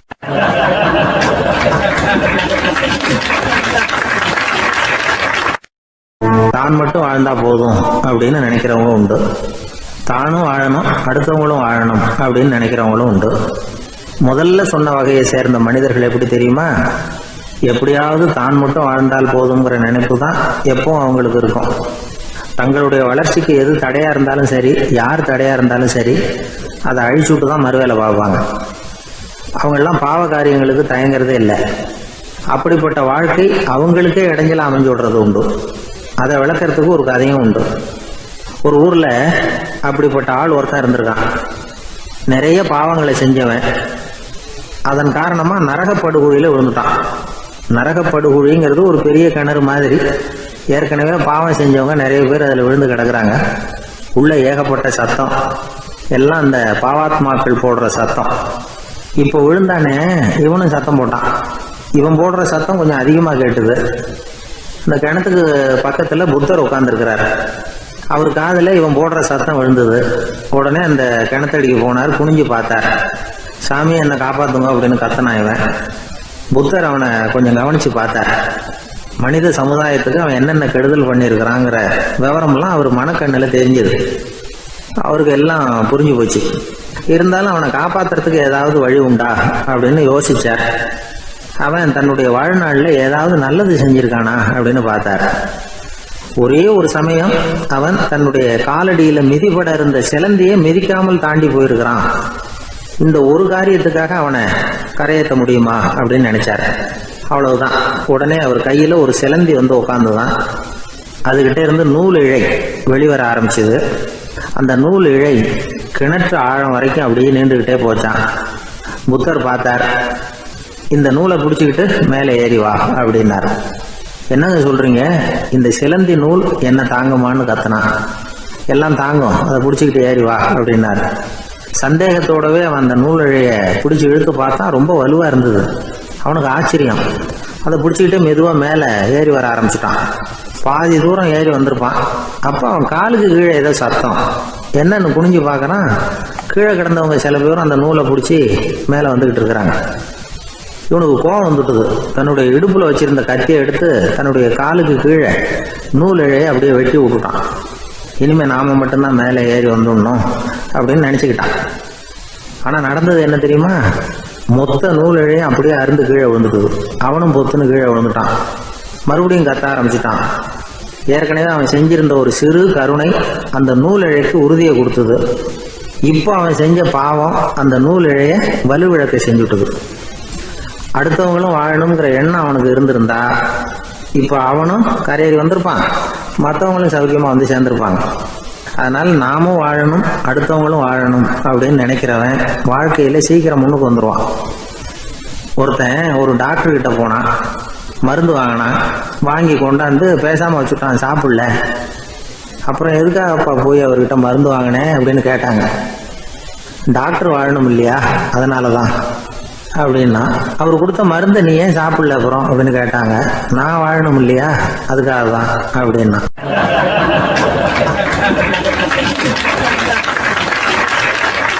ஒரு ஊர்ல ஒரு ஆள் இருந்தான். அவன் ஒரு நாள் கோயிலுக்கு போனான்.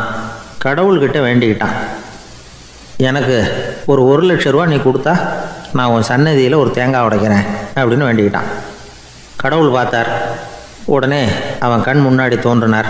இந்தா நீ கேட்ட 1,00,000 ரூபாய் அப்படின்னு சொல்லி அவன் கையில் பணத்தை கொடுத்துட்டு மறைஞ்சிட்டார்.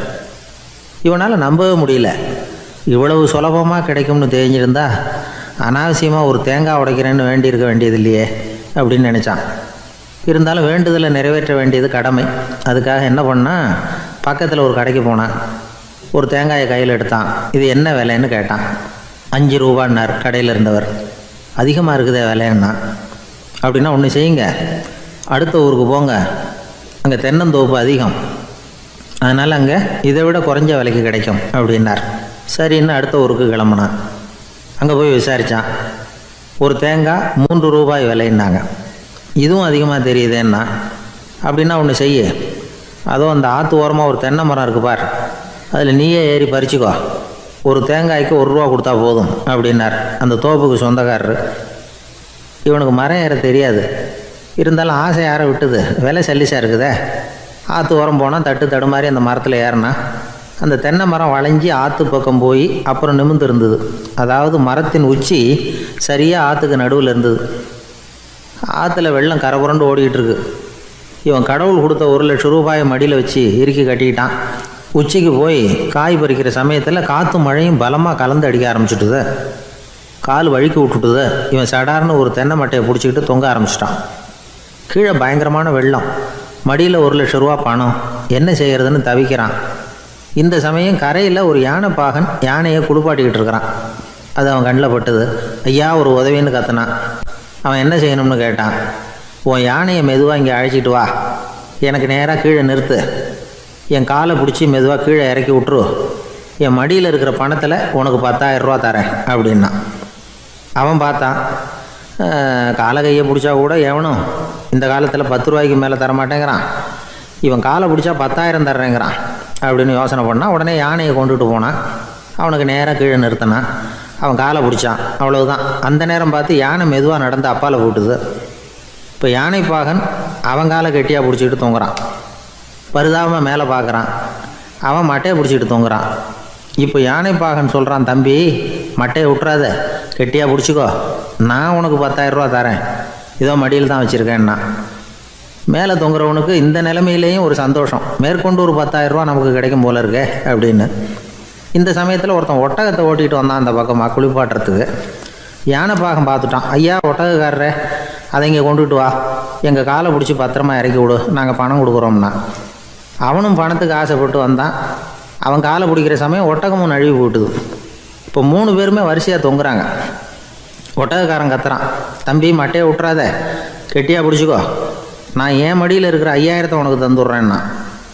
மேலே தொங்குறவனுக்கு இன்னமும் சந்தோஷம், இவனும் பணம் தர்றேங்கிறான். அப்படின்னா இன்றைக்கி நமக்கு மொத்த பண வரவு எவ்வளவு அப்படின்னு ஒவ்வொன்றா கூட்டி பார்க்க ஆரம்பித்தான். மனக்கணக்கு சரியாக வரல. அதனால் அப்படியே விரலை விட்டு எண்ண ஆரம்பித்தான். அவ்வளவுதான். மட்டையை விட்டுட்டு கை நழுவி வந்துட்டுது. 3 பேரும் பொத்துன்னு ஆற்றுல விழுந்தாங்க. படாத பாடுபட்டு தட்டு தடுமாறி கரைக்கு வந்து சேர்ந்தாங்க. 3 பேர் மடியில் இருந்த பணமும் ஆற்றோட போட்டுது. பேராசை பெருநஷ்டம் அப்படின்னு ஒரு பழமொழி இருக்குல்ல, அதை விளக்கறதுக்காக சொல்லப்பட்ட கதை இது. இந்த காலத்தில் ஒருத்தர் ஒரு நீச்சல் குளத்தில் நீச்சல் அடிச்சுக்கிட்டு இருக்கிறார். காவலுக்கு இருந்தவர் அதை கவனிச்சுட்டார். கரையிலேருந்து சத்தம் போட்டாராம், இதோ பாருங்கள், இங்கே ராத்திரி 8 மணிக்கு மேலே நீச்சல் அடிக்கிறது சட்டப்படி குற்றம், அதுக்கு அனுமதி கிடையாது, தெரியாதா உங்களுக்கு அப்படின்னாராம். இதுக்கு அவர், ஐயையோ நான் நீச்சல் அடிக்க வந்தவன் இல்லைங்க, சும்மா சுற்றி பார்க்க வந்தவன், தடுமாறி குளத்தில் விழுந்துட்டேன், நீச்சல் தெரியாது, அதனால் தத்தளிச்சுக்கிட்டு இருக்கிறேன் அப்படின்னு கத்துனாராம். கரையில் இருந்தவர் பார்த்தார். ஓ அப்படின்னா சரி, அதுக்கு ஒன்றும் தடை இல்லை அப்படின்னு சொல்லிவிட்டு அவர் பாட்டு நடந்து போயிட்டாராம்.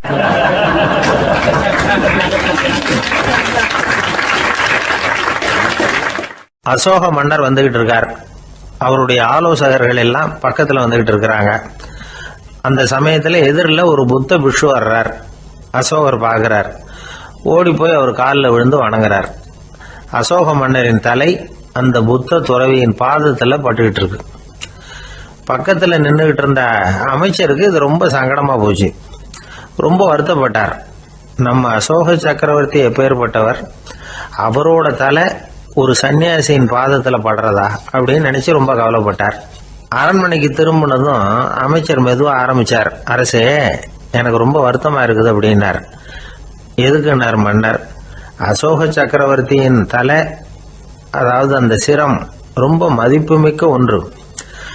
அது ஒரு சன்னியாசியின் காலில் படலாமா அப்படின்னார். அசோகர் பதில் சொல்லலை, சிரிச்சார், போயிட்டார். அதுக்கப்புறம் ஒரு சரியான சந்தர்ப்பத்துக்காக காத்துக்கிட்டு இருந்தார். ஒரு நாள் அமைச்சரை கூப்பிட்டார். எனக்கு 3 தலைகள் வேணும் அப்படின்னார். சொல்லுங்க, கொண்டுகிட்டு வரேன் அப்படின்னார் அமைச்சர்.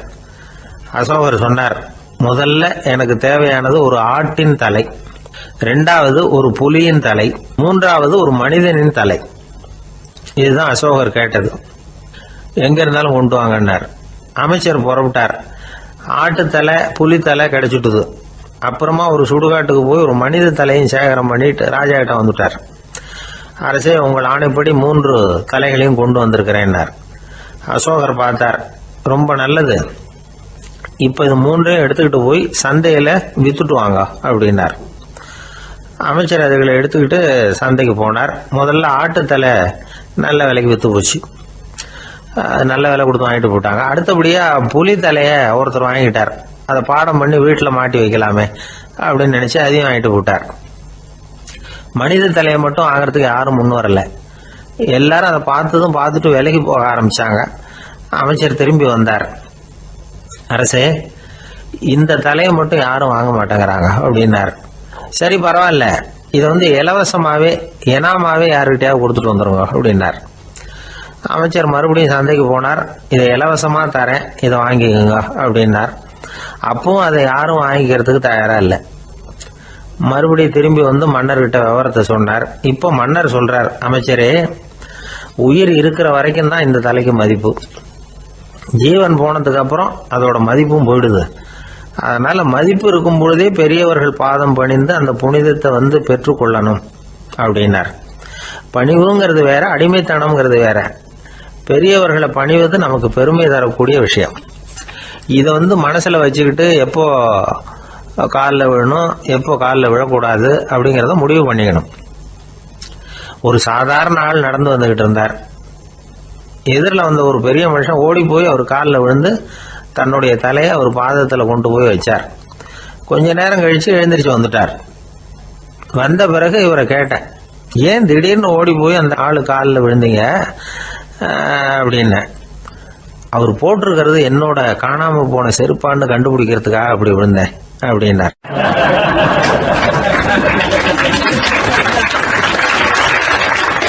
ஒரு ஊர்ல ஒரு பெரியவர் இருந்தார். அவர் ஒரு குரு. அவர் தொடர்ந்து தியான கூட்டங்கள் நடத்துவார். அந்த கூட்டத்தில் கலந்துக்கிறதுக்காக பல ஊர்களில் இருந்து சீடர்கள் நிறைய பேர் வருவாங்க போவாங்க. ஒரு நாள் அங்கே கூட்டம் நடந்துக்கிட்டு இருக்குது. அந்த சமயத்தில் சீடர்களில் ஒருத்தன் என்னத்தையும் திருடி விட்டான். மற்ற சீடர்கள் அதை கவனிச்சுட்டாங்க. இவன் ஆப்பிட்டுக்கிட்டான். கூட்டம் முடிஞ்ச பிற்பாடு இவன் திருடின விஷயத்தை அந்த பெரியவர்கிட்ட போய் சொன்னாங்களாம். அவர் கவனத்துக்கு கொண்டுகிட்டு போனாங்க. ஆனால் அவர் இதை காதிலே போட்டுக்கல, கண்டுக்கவே இல்லை. போய் சொன்ன சீடர்களுக்கெல்லாம் ஏமாத்தமாக போயிட்டுது. என்ன இது, இவ்வளவு தூரம் நாம் கண்டுபிடிச்சி போய் சொல்கிறோம், அவர் கண்டுக்கவே மாட்டேங்கிறாரே அப்படின்னு ஒரு மாதிரி ஆயிட்டாங்க. இருந்தாலும் அதை பற்றி ஒன்றுமே சொல்லிக்கல, பேசாமல் இருந்துட்டாங்க. கொஞ்ச நாள் ஆச்சு. அதே ஆள் மறுபடியும் ஒரு திருட்டில் மாட்டிக்கிட்டான். சீடர்கள் மறுபடியும் அந்த குருக்கிட்ட விஷயத்தை சொன்னாங்க. அவர் அப்பவும் வழக்கம் போல் சும்மாவே இருந்துட்டார். இவர் இப்படி இருக்கிறத பார்த்ததும் அந்த சீடர்களுக்கு கோபம் வந்துட்டுது. உடனே அந்த சீடர்கள்லாம் ஒன்று கூடி பேசினாங்களாம். எல்லாருமா சேர்ந்து ஒரு விண்ணப்பம் தயார் பண்ணாங்க. அதை குருநாதர்கிட்ட கொண்டுட்டு போய் கொடுத்தாங்க. அந்த விண்ணப்பத்தில் இவங்க என்ன எழுதியிருக்கிறாங்க தெரியுமா? குருநாதர் அவர்களே, உடனே திருடனவன் மீது சட்ட நடவடிக்கை எடுக்கணும். நீங்கள் அப்படி அவனை இங்கே சேர்க்கக்கூடாது. நீங்கள் சேர்த்திங்கன்னா நாங்கள் இங்கே இருக்கிறத பற்றி யோசிக்க ஆரம்பிச்சிருவோம். அவனை இந்த மடத்தை விட்டே துரத்தி பண்ணணும். நீங்கள் அவனை வெளியில் அனுப்புங்க, இல்லைன்னா நாங்கள் அத்தனை பேரும் வெளியில் போயிடுறோம். இப்படி தான் அந்த விண்ணப்பத்தில் எழுதியிருக்கிறாங்க. குரு அந்த விண்ணப்பத்தை வாங்கி படித்து பார்த்தார். அதுக்கப்புறம் அதை எழுதின அத்தனை பேரையும் கூப்பிட்டாரு. எல்லாரும் இப்படி வாங்கன்னாரு. வந்தாங்க.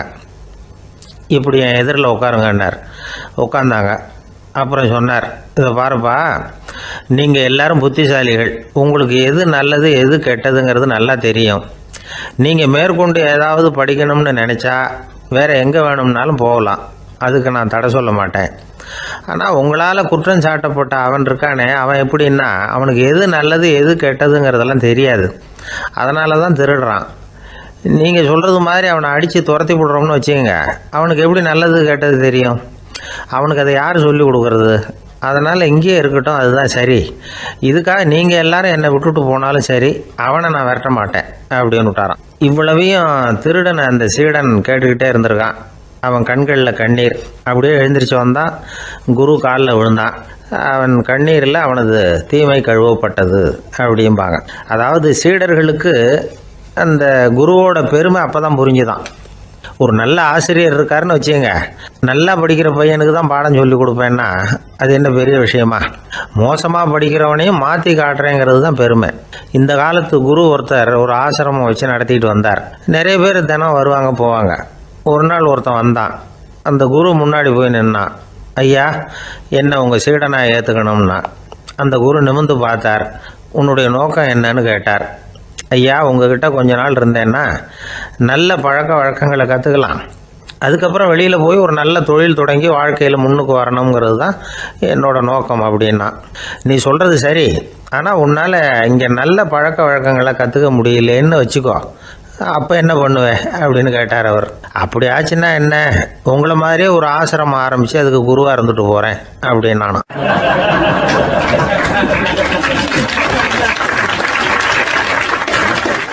ஒருத்தன் வேகமாக ஓடி வந்தான்.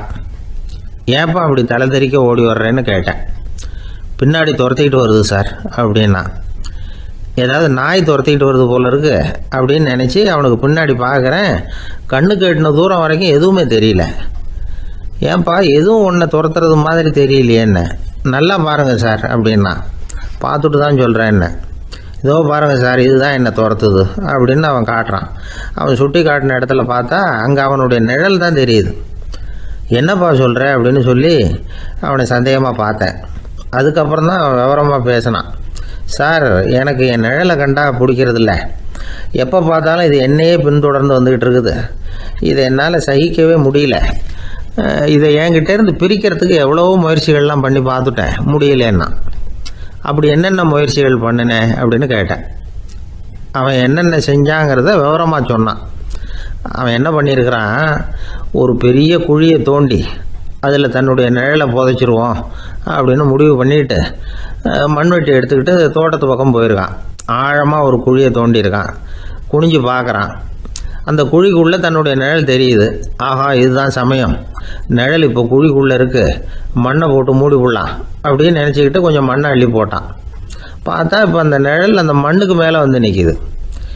இது ஏதுடா ரொம்ப போச்சு அப்படின்னு அவசரமாக மண்ணை வாரி போட்டு மூடி பார்க்குறான். குழி பூராவும் மூடி விட்டு பார்க்குறான். மறுபடியும் நிழல் மேலே வந்து உட்காந்துக்கிட்டு இருக்குது. சரி, இதை குழியில் புதைக்க முடியாது அப்படின்னு முடிவு பண்ணிட்டு இதை இங்கேயே இப்படியே விட்டுட்டு ஒரே ஓட்டமாக ஓடி போடுவோம் அப்படின்னு நினச்சி எடுத்தான் ஓட்டம். அது காலை நேரம். இவன் மேற்க நோக்கி ஓடிக்கிட்டு இருக்கிறான்.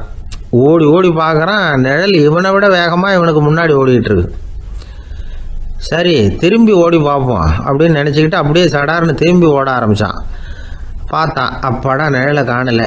கொஞ்சம் தூரம் ஓடி ஒரு இடத்துல நின்று அப்படியே சாவகாசமாக திரும்பி பார்க்குறான். பின்னாடி நின்றுக்கிட்டு இருக்குது நிழல். இப்படி ஓடி வந்து தான் இங்கே நம்ம முன்னாடி நின்று தன்னுடைய அவஸ்தையை சொல்லிக்கிட்டு இருக்கிறான். இந்த நிழலை துரத்துறது அல்லது வெட்டி விடுறது, இதுக்கு ஏதாவது வழி இருக்கா சொல்லுங்கள் சார் அப்படிங்கிறான். நமக்கு ஒன்றும் புரியல. அந்த நேரம் பார்த்து ஒரு பெரியவர் வந்தார். அவர்கிட்ட யோசனை கேட்டோம், என்ன செய்யலாம்னு. அவர் சொன்னார், இந்த பாருப்பா, நீ அங்கேயும் எங்கேயும் ஓடாத, அப்படியே கீழே படுத்துக்கொண்டார். அது நல்ல உச்சி வேலை. அவன் அப்படியே கீழே படுத்துக்கிட்டான். இப்போ அப்படி இப்படின்னு திரும்பி பார்க்குறான், நிழலை காணலை. அவன் இப்போ தான் நிம்மதியாக இருந்தான். இப்போ அந்த பெரியவர் சொன்னார், எல்லா மனிதர்களுமே இப்படி தான் ஓடிக்கிட்டு இருக்கிறாங்க. நான் எனது அப்படிங்கிற ஆணவம் தான் அவங்கள துரத்திக்கிட்டு இருக்கு. அதை விட்டுட்டு ஓடணும்னு நினச்சாலும் அது முன்னாடி வந்து நிற்கிது. பரம்பொருளை நோக்கி ஓடுறப்போ இந்த ஆணவம் பின்னாடி வந்து விடுது. பரிபூர்ண சரணாகதிங்கிற நிலையில் அது முழுசுமாக மறைஞ்சு விடுது. தன்னை உணர்கிற வேலை அது. அந்த நேரம் மனிதனுக்கு விடுதலை உணர்வு ஏற்படுகிற நேரம் அது. அப்படிப்பட்ட சுதந்திர மனிதர்களாக எல்லாரும் மாறி போயிட்டாங்கன்னா இந்த உலகமே இன்பமயம் அப்படின்னு ஒரு விளக்கம் கொடுத்தார் பெரியவர். நம்மால் ஒருத்தன் வேகமாக ஓடி வந்துக்கிட்டு இருந்தான். ஏன்டா அப்படி ஓடி வர்ற அப்படின்னு கேட்டார் எதிரில் வந்தவர். ஆசை துரத்துது, அதுதான் ஓடி வர்றேன்னா. உனக்கு என்ன ஆசைன்னு கேட்டார்.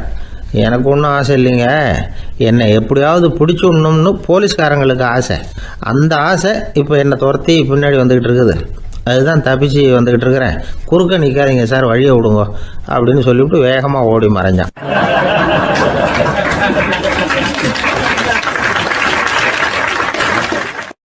ஜப்பானில் உள்ள ஒரு புத்த விகாரை, அங்கே ஒரு வயசான பௌத்த குரு தங்கியிருக்கிறார். ஒரு நாள் ராத்திரி கடுமையான குளிர், அவரால் தாங்க முடியல. பார்த்தார், மரத்தில் செஞ்ச புத்த சிற்பங்கள் அங்கே நிறைய இருந்தது. அதில் ஒன்றை எடுத்து அதுக்கு தீ மூட்டி அந்த நெருப்பில் குளிர் காஞ்சிக்கிட்டு இருக்கிறார். மர சிற்பம் தீ வச்சதும் படபடன்னு வெடிக்க ஆரம்பிச்சுட்டுது. அந்த சத்தத்தை கேட்டதும் அந்த புத்த விகாரையின் குருக்கள் வெளியில் ஓடி வந்தார். இவர் ஆனந்தமாக குளிர் காஞ்சிக்கிட்டு இருக்கிறார். அவரால் பொறுத்துக்க முடியல. தெருவில் தெரிஞ்சுக்கிட்டு இருந்த அந்த பெரியவரை இங்கே தங்க அனுமதித்ததே அவர் தான். இவர் இப்படி பண்ணுறாருன்னு நினச்சிக்கிட்டே அவரை கோபமாக பார்த்தார். ஏன் இப்படி கோபமாக பார்க்குறீங்க, இப்படி வந்து உட்காருங்க அப்படிங்கிறாரு இவர். அவருக்கு இன்னமும் கோபம் வந்துட்டுது. எங்கள் கடவுளை வந்து எரிச்சுட்டீங்களே அப்படின்னு சத்தம் போட்டாராம். அப்படியா அப்படின்னு கேட்டுக்கிட்டே அந்த சாம்பலை கிளறினார் இவர். என்ன செய்கிறீங்கன்னு கேட்டிருக்காரு அவர். நான் எலும்புகளை தேடுறேன்னாராம். நீங்கள் ஒரு பைத்தியம், இது ஒரு மர சிற்பம், இதில் எலும்புகள் கிடையாது அப்படின்னாராம். அவருக்கு கோபம் வந்துட்டுது. உடனே வெளியில் போங்கன்னு கத்தியிருக்கார். வெளியில் தள்ளி கதவையும் சாத்தி விட்டாராம்.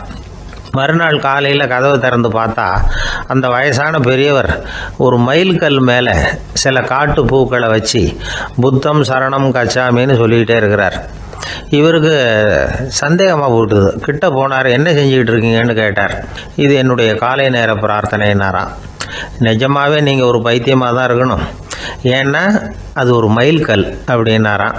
இப்போ அந்த பெரியவர் சொன்னாராம், நீங்கள் ஒரு மரத்தை புத்தராக நினைக்கும் பொழுது நான் ஏன் ஒரு மயில்கல்ல புத்தராக நினைக்கக்கூடாது? நான் வந்து புத்தரை எரிக்கலாம், ஏன்னா அவரை நான் நேசிக்கிறேன். அந்த சிற்பம் வந்து மரத்தால் ஆனதுங்கிறது எனக்கு தெரியும். நான் ஒரு மயில்கல்லை தொழலாம், ஏன்னா அது எனது பூக்களை தாங்குது. நான் இந்த மயில்கல்லுக்குள்ளே மறைஞ்சிருக்கிற புத்தரை பார்க்குறேன். யாராவது ஒரு சிற்பி இதை சிலையாக்கினா தான் நீங்கள் புத்தரை பார்க்க முடியும். அன்னைக்கு ரொம்ப குளிராக இருந்தது. நான் எனக்குள்ளே இருக்கிற புத்தரையும் பாதுகாக்கணும். உள்ளே இருக்கிற புத்தரை காப்பாற்றுறதுக்காக வெளியில் உள்ள புத்தரை எரிக்கலாம், அதில் ஒன்றும் தப்பு இல்லை. அது அவருடைய போதனையிலேயே இருக்குது. உனக்குள் ஜோதியாக இரு அப்படிங்கிறது அவருடைய போதனை. என்னுடைய புத்தர் வந்து குளிரில் நடுங்கிட்டு இருந்தார். அந்த மர சிற்பங்கள் வெயில் மழையில் உணர்ச்சி இல்லாமல் இருந்தது, அதனால் அப்படி பண்ணினேன். ஆனால் நீங்கள் என்ன பண்ணீங்க? நான் ஒரு மர புத்தரை எரிச்சதுக்காக உயிருள்ள புத்தரை வெளியில் தள்ளி கதவை சாத்தினீங்க அப்படின்னாராம் அந்த பெரியவர். உண்மையான பக்திங்கிறது இதுதான். அதாவது உனக்குள் ஜோதியாக இரு அப்படின்னு புத்தர் சொன்னார் இல்லையா, அது மாதிரி தனக்குள் ஜோதியாக இருக்கிற இந்த காலத்து ஆசாமிகள் நிறைய பேர் உண்டு. எப்பவும் போதையிலேயே இருக்கிறவங்க. ஒரு நாள் நடு ராத்திரி ஒரு மது கடையில் ஒரு ஆள் அங்குள்ள சிப்பந்திகள் கிட்ட கேட்டுக்கிட்டு இருக்கிறான். மறுபடியும் இந்த கடை எப்போ திறப்பாங்கன்னு கேட்டானா. நாளைக்கு காலையில் 8 மணிக்கு திறப்பாங்க அப்படின்னு நானும் அங்கே இருந்த ஆள். அவன் திருப்பி திருப்பி அதையே கேட்டுக்கிட்டு இருக்கான். இவனுக்கு பதில் சொல்லி சொல்லி அழுத்து போச்சு. அதான் சொல்கிறேன் ஐயா, நாளைக்கு காலையில் வா அப்படின்னாங்களாம். அதுக்கு இவன், நான் வர்றதுக்காக கேட்கலையா, நேற்றுக்கு வந்தவன் உள்ளேயே மாட்டிக்கிட்டேன், வெளியில் போகிறதுக்காக கேட்டேன் அப்படின்னானான்.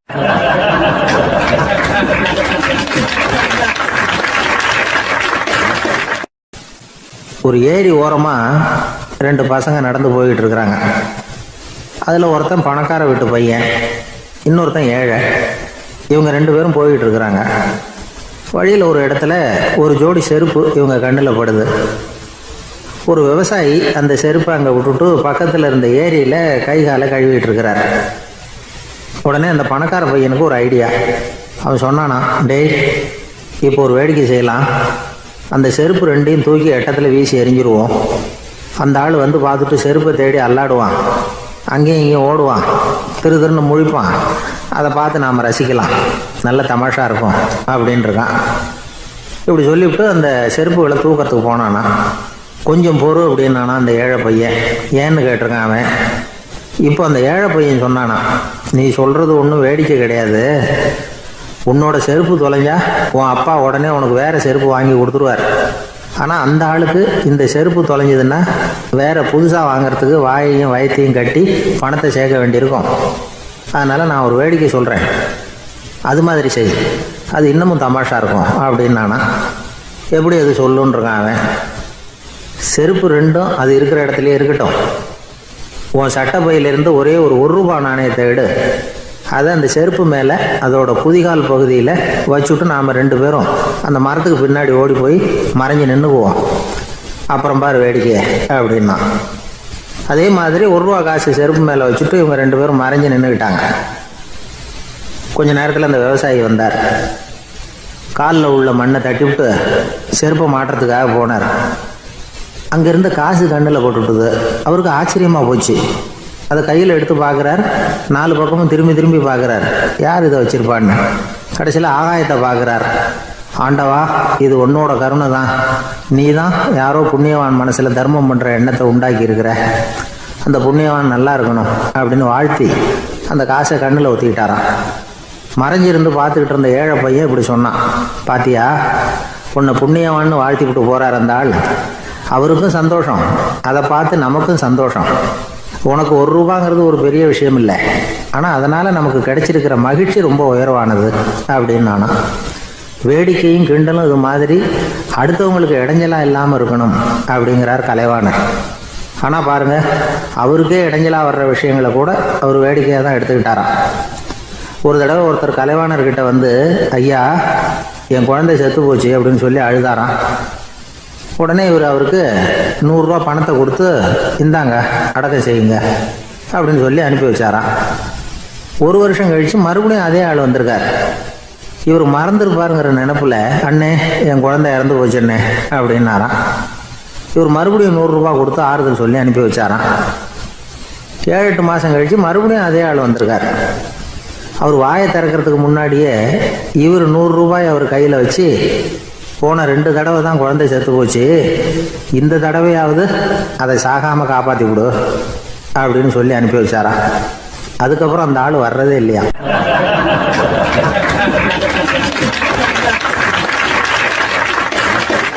எனக்கு தெரிஞ்ச ஒருத்தர் இருக்கார். அவர் ஒரு பெரிய காவல்துறை அதிகாரி, ரொம்ப கண்டிப்பானவர். அவரை கண்டாவே எல்லாரும் பயப்படுவாங்க. அப்படிப்பட்டவர் வீட்டுக்கு போனால் அப்படியே அடியோடு மாறிடுவார்.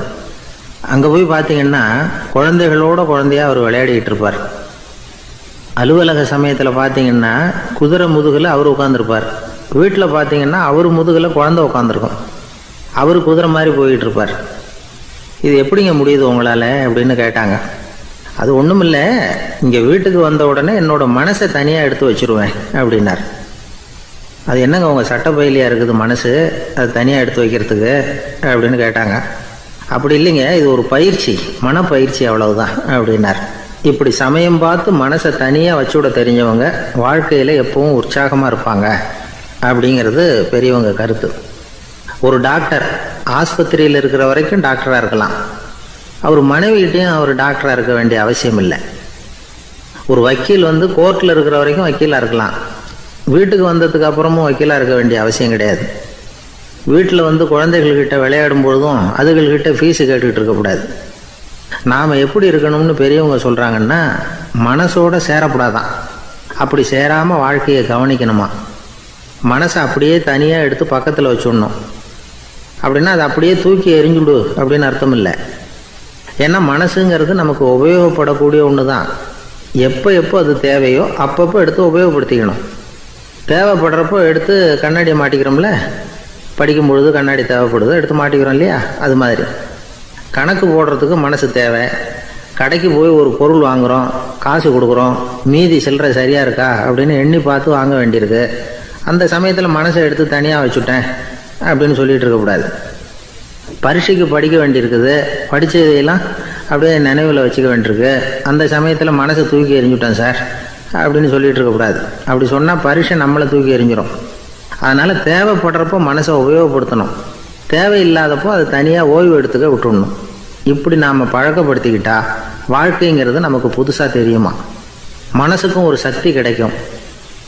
எந்திரங்களுக்கு ஓய்வு கொடுக்குற மாதிரி மனசுக்கும் ஓய்வு கொடுக்கணும், இல்லைன்னா அது களைச்சி போயிடும். குழந்தைகள் மனசை சுமந்துக்கிட்டு இருக்கிறது இல்லை. இது முதியவர்கள் குழந்தைகள்கிட்ட இருந்து கற்றுக்க வேண்டிய ஒரு பாடம். ஆனாலும் இந்த கால குழந்தைகள்கிட்ட ரொம்ப எச்சரிக்கையாக இருக்க வேண்டியிருக்கு. ஒரு தாத்தாவும் பேரனும் விளையாடிக்கிட்டு இருக்கிறாங்க. தாத்தா, எனக்கு சைக்கிள் ஓட்ட கற்றுக் கொடு அப்படிங்கிறான் பேரன். சைக்கிள் உயரம் கூட இல்லை, அதுக்குள்ளே சைக்கிள் ஓட்டணுமா அப்படின்னார் தாத்தா.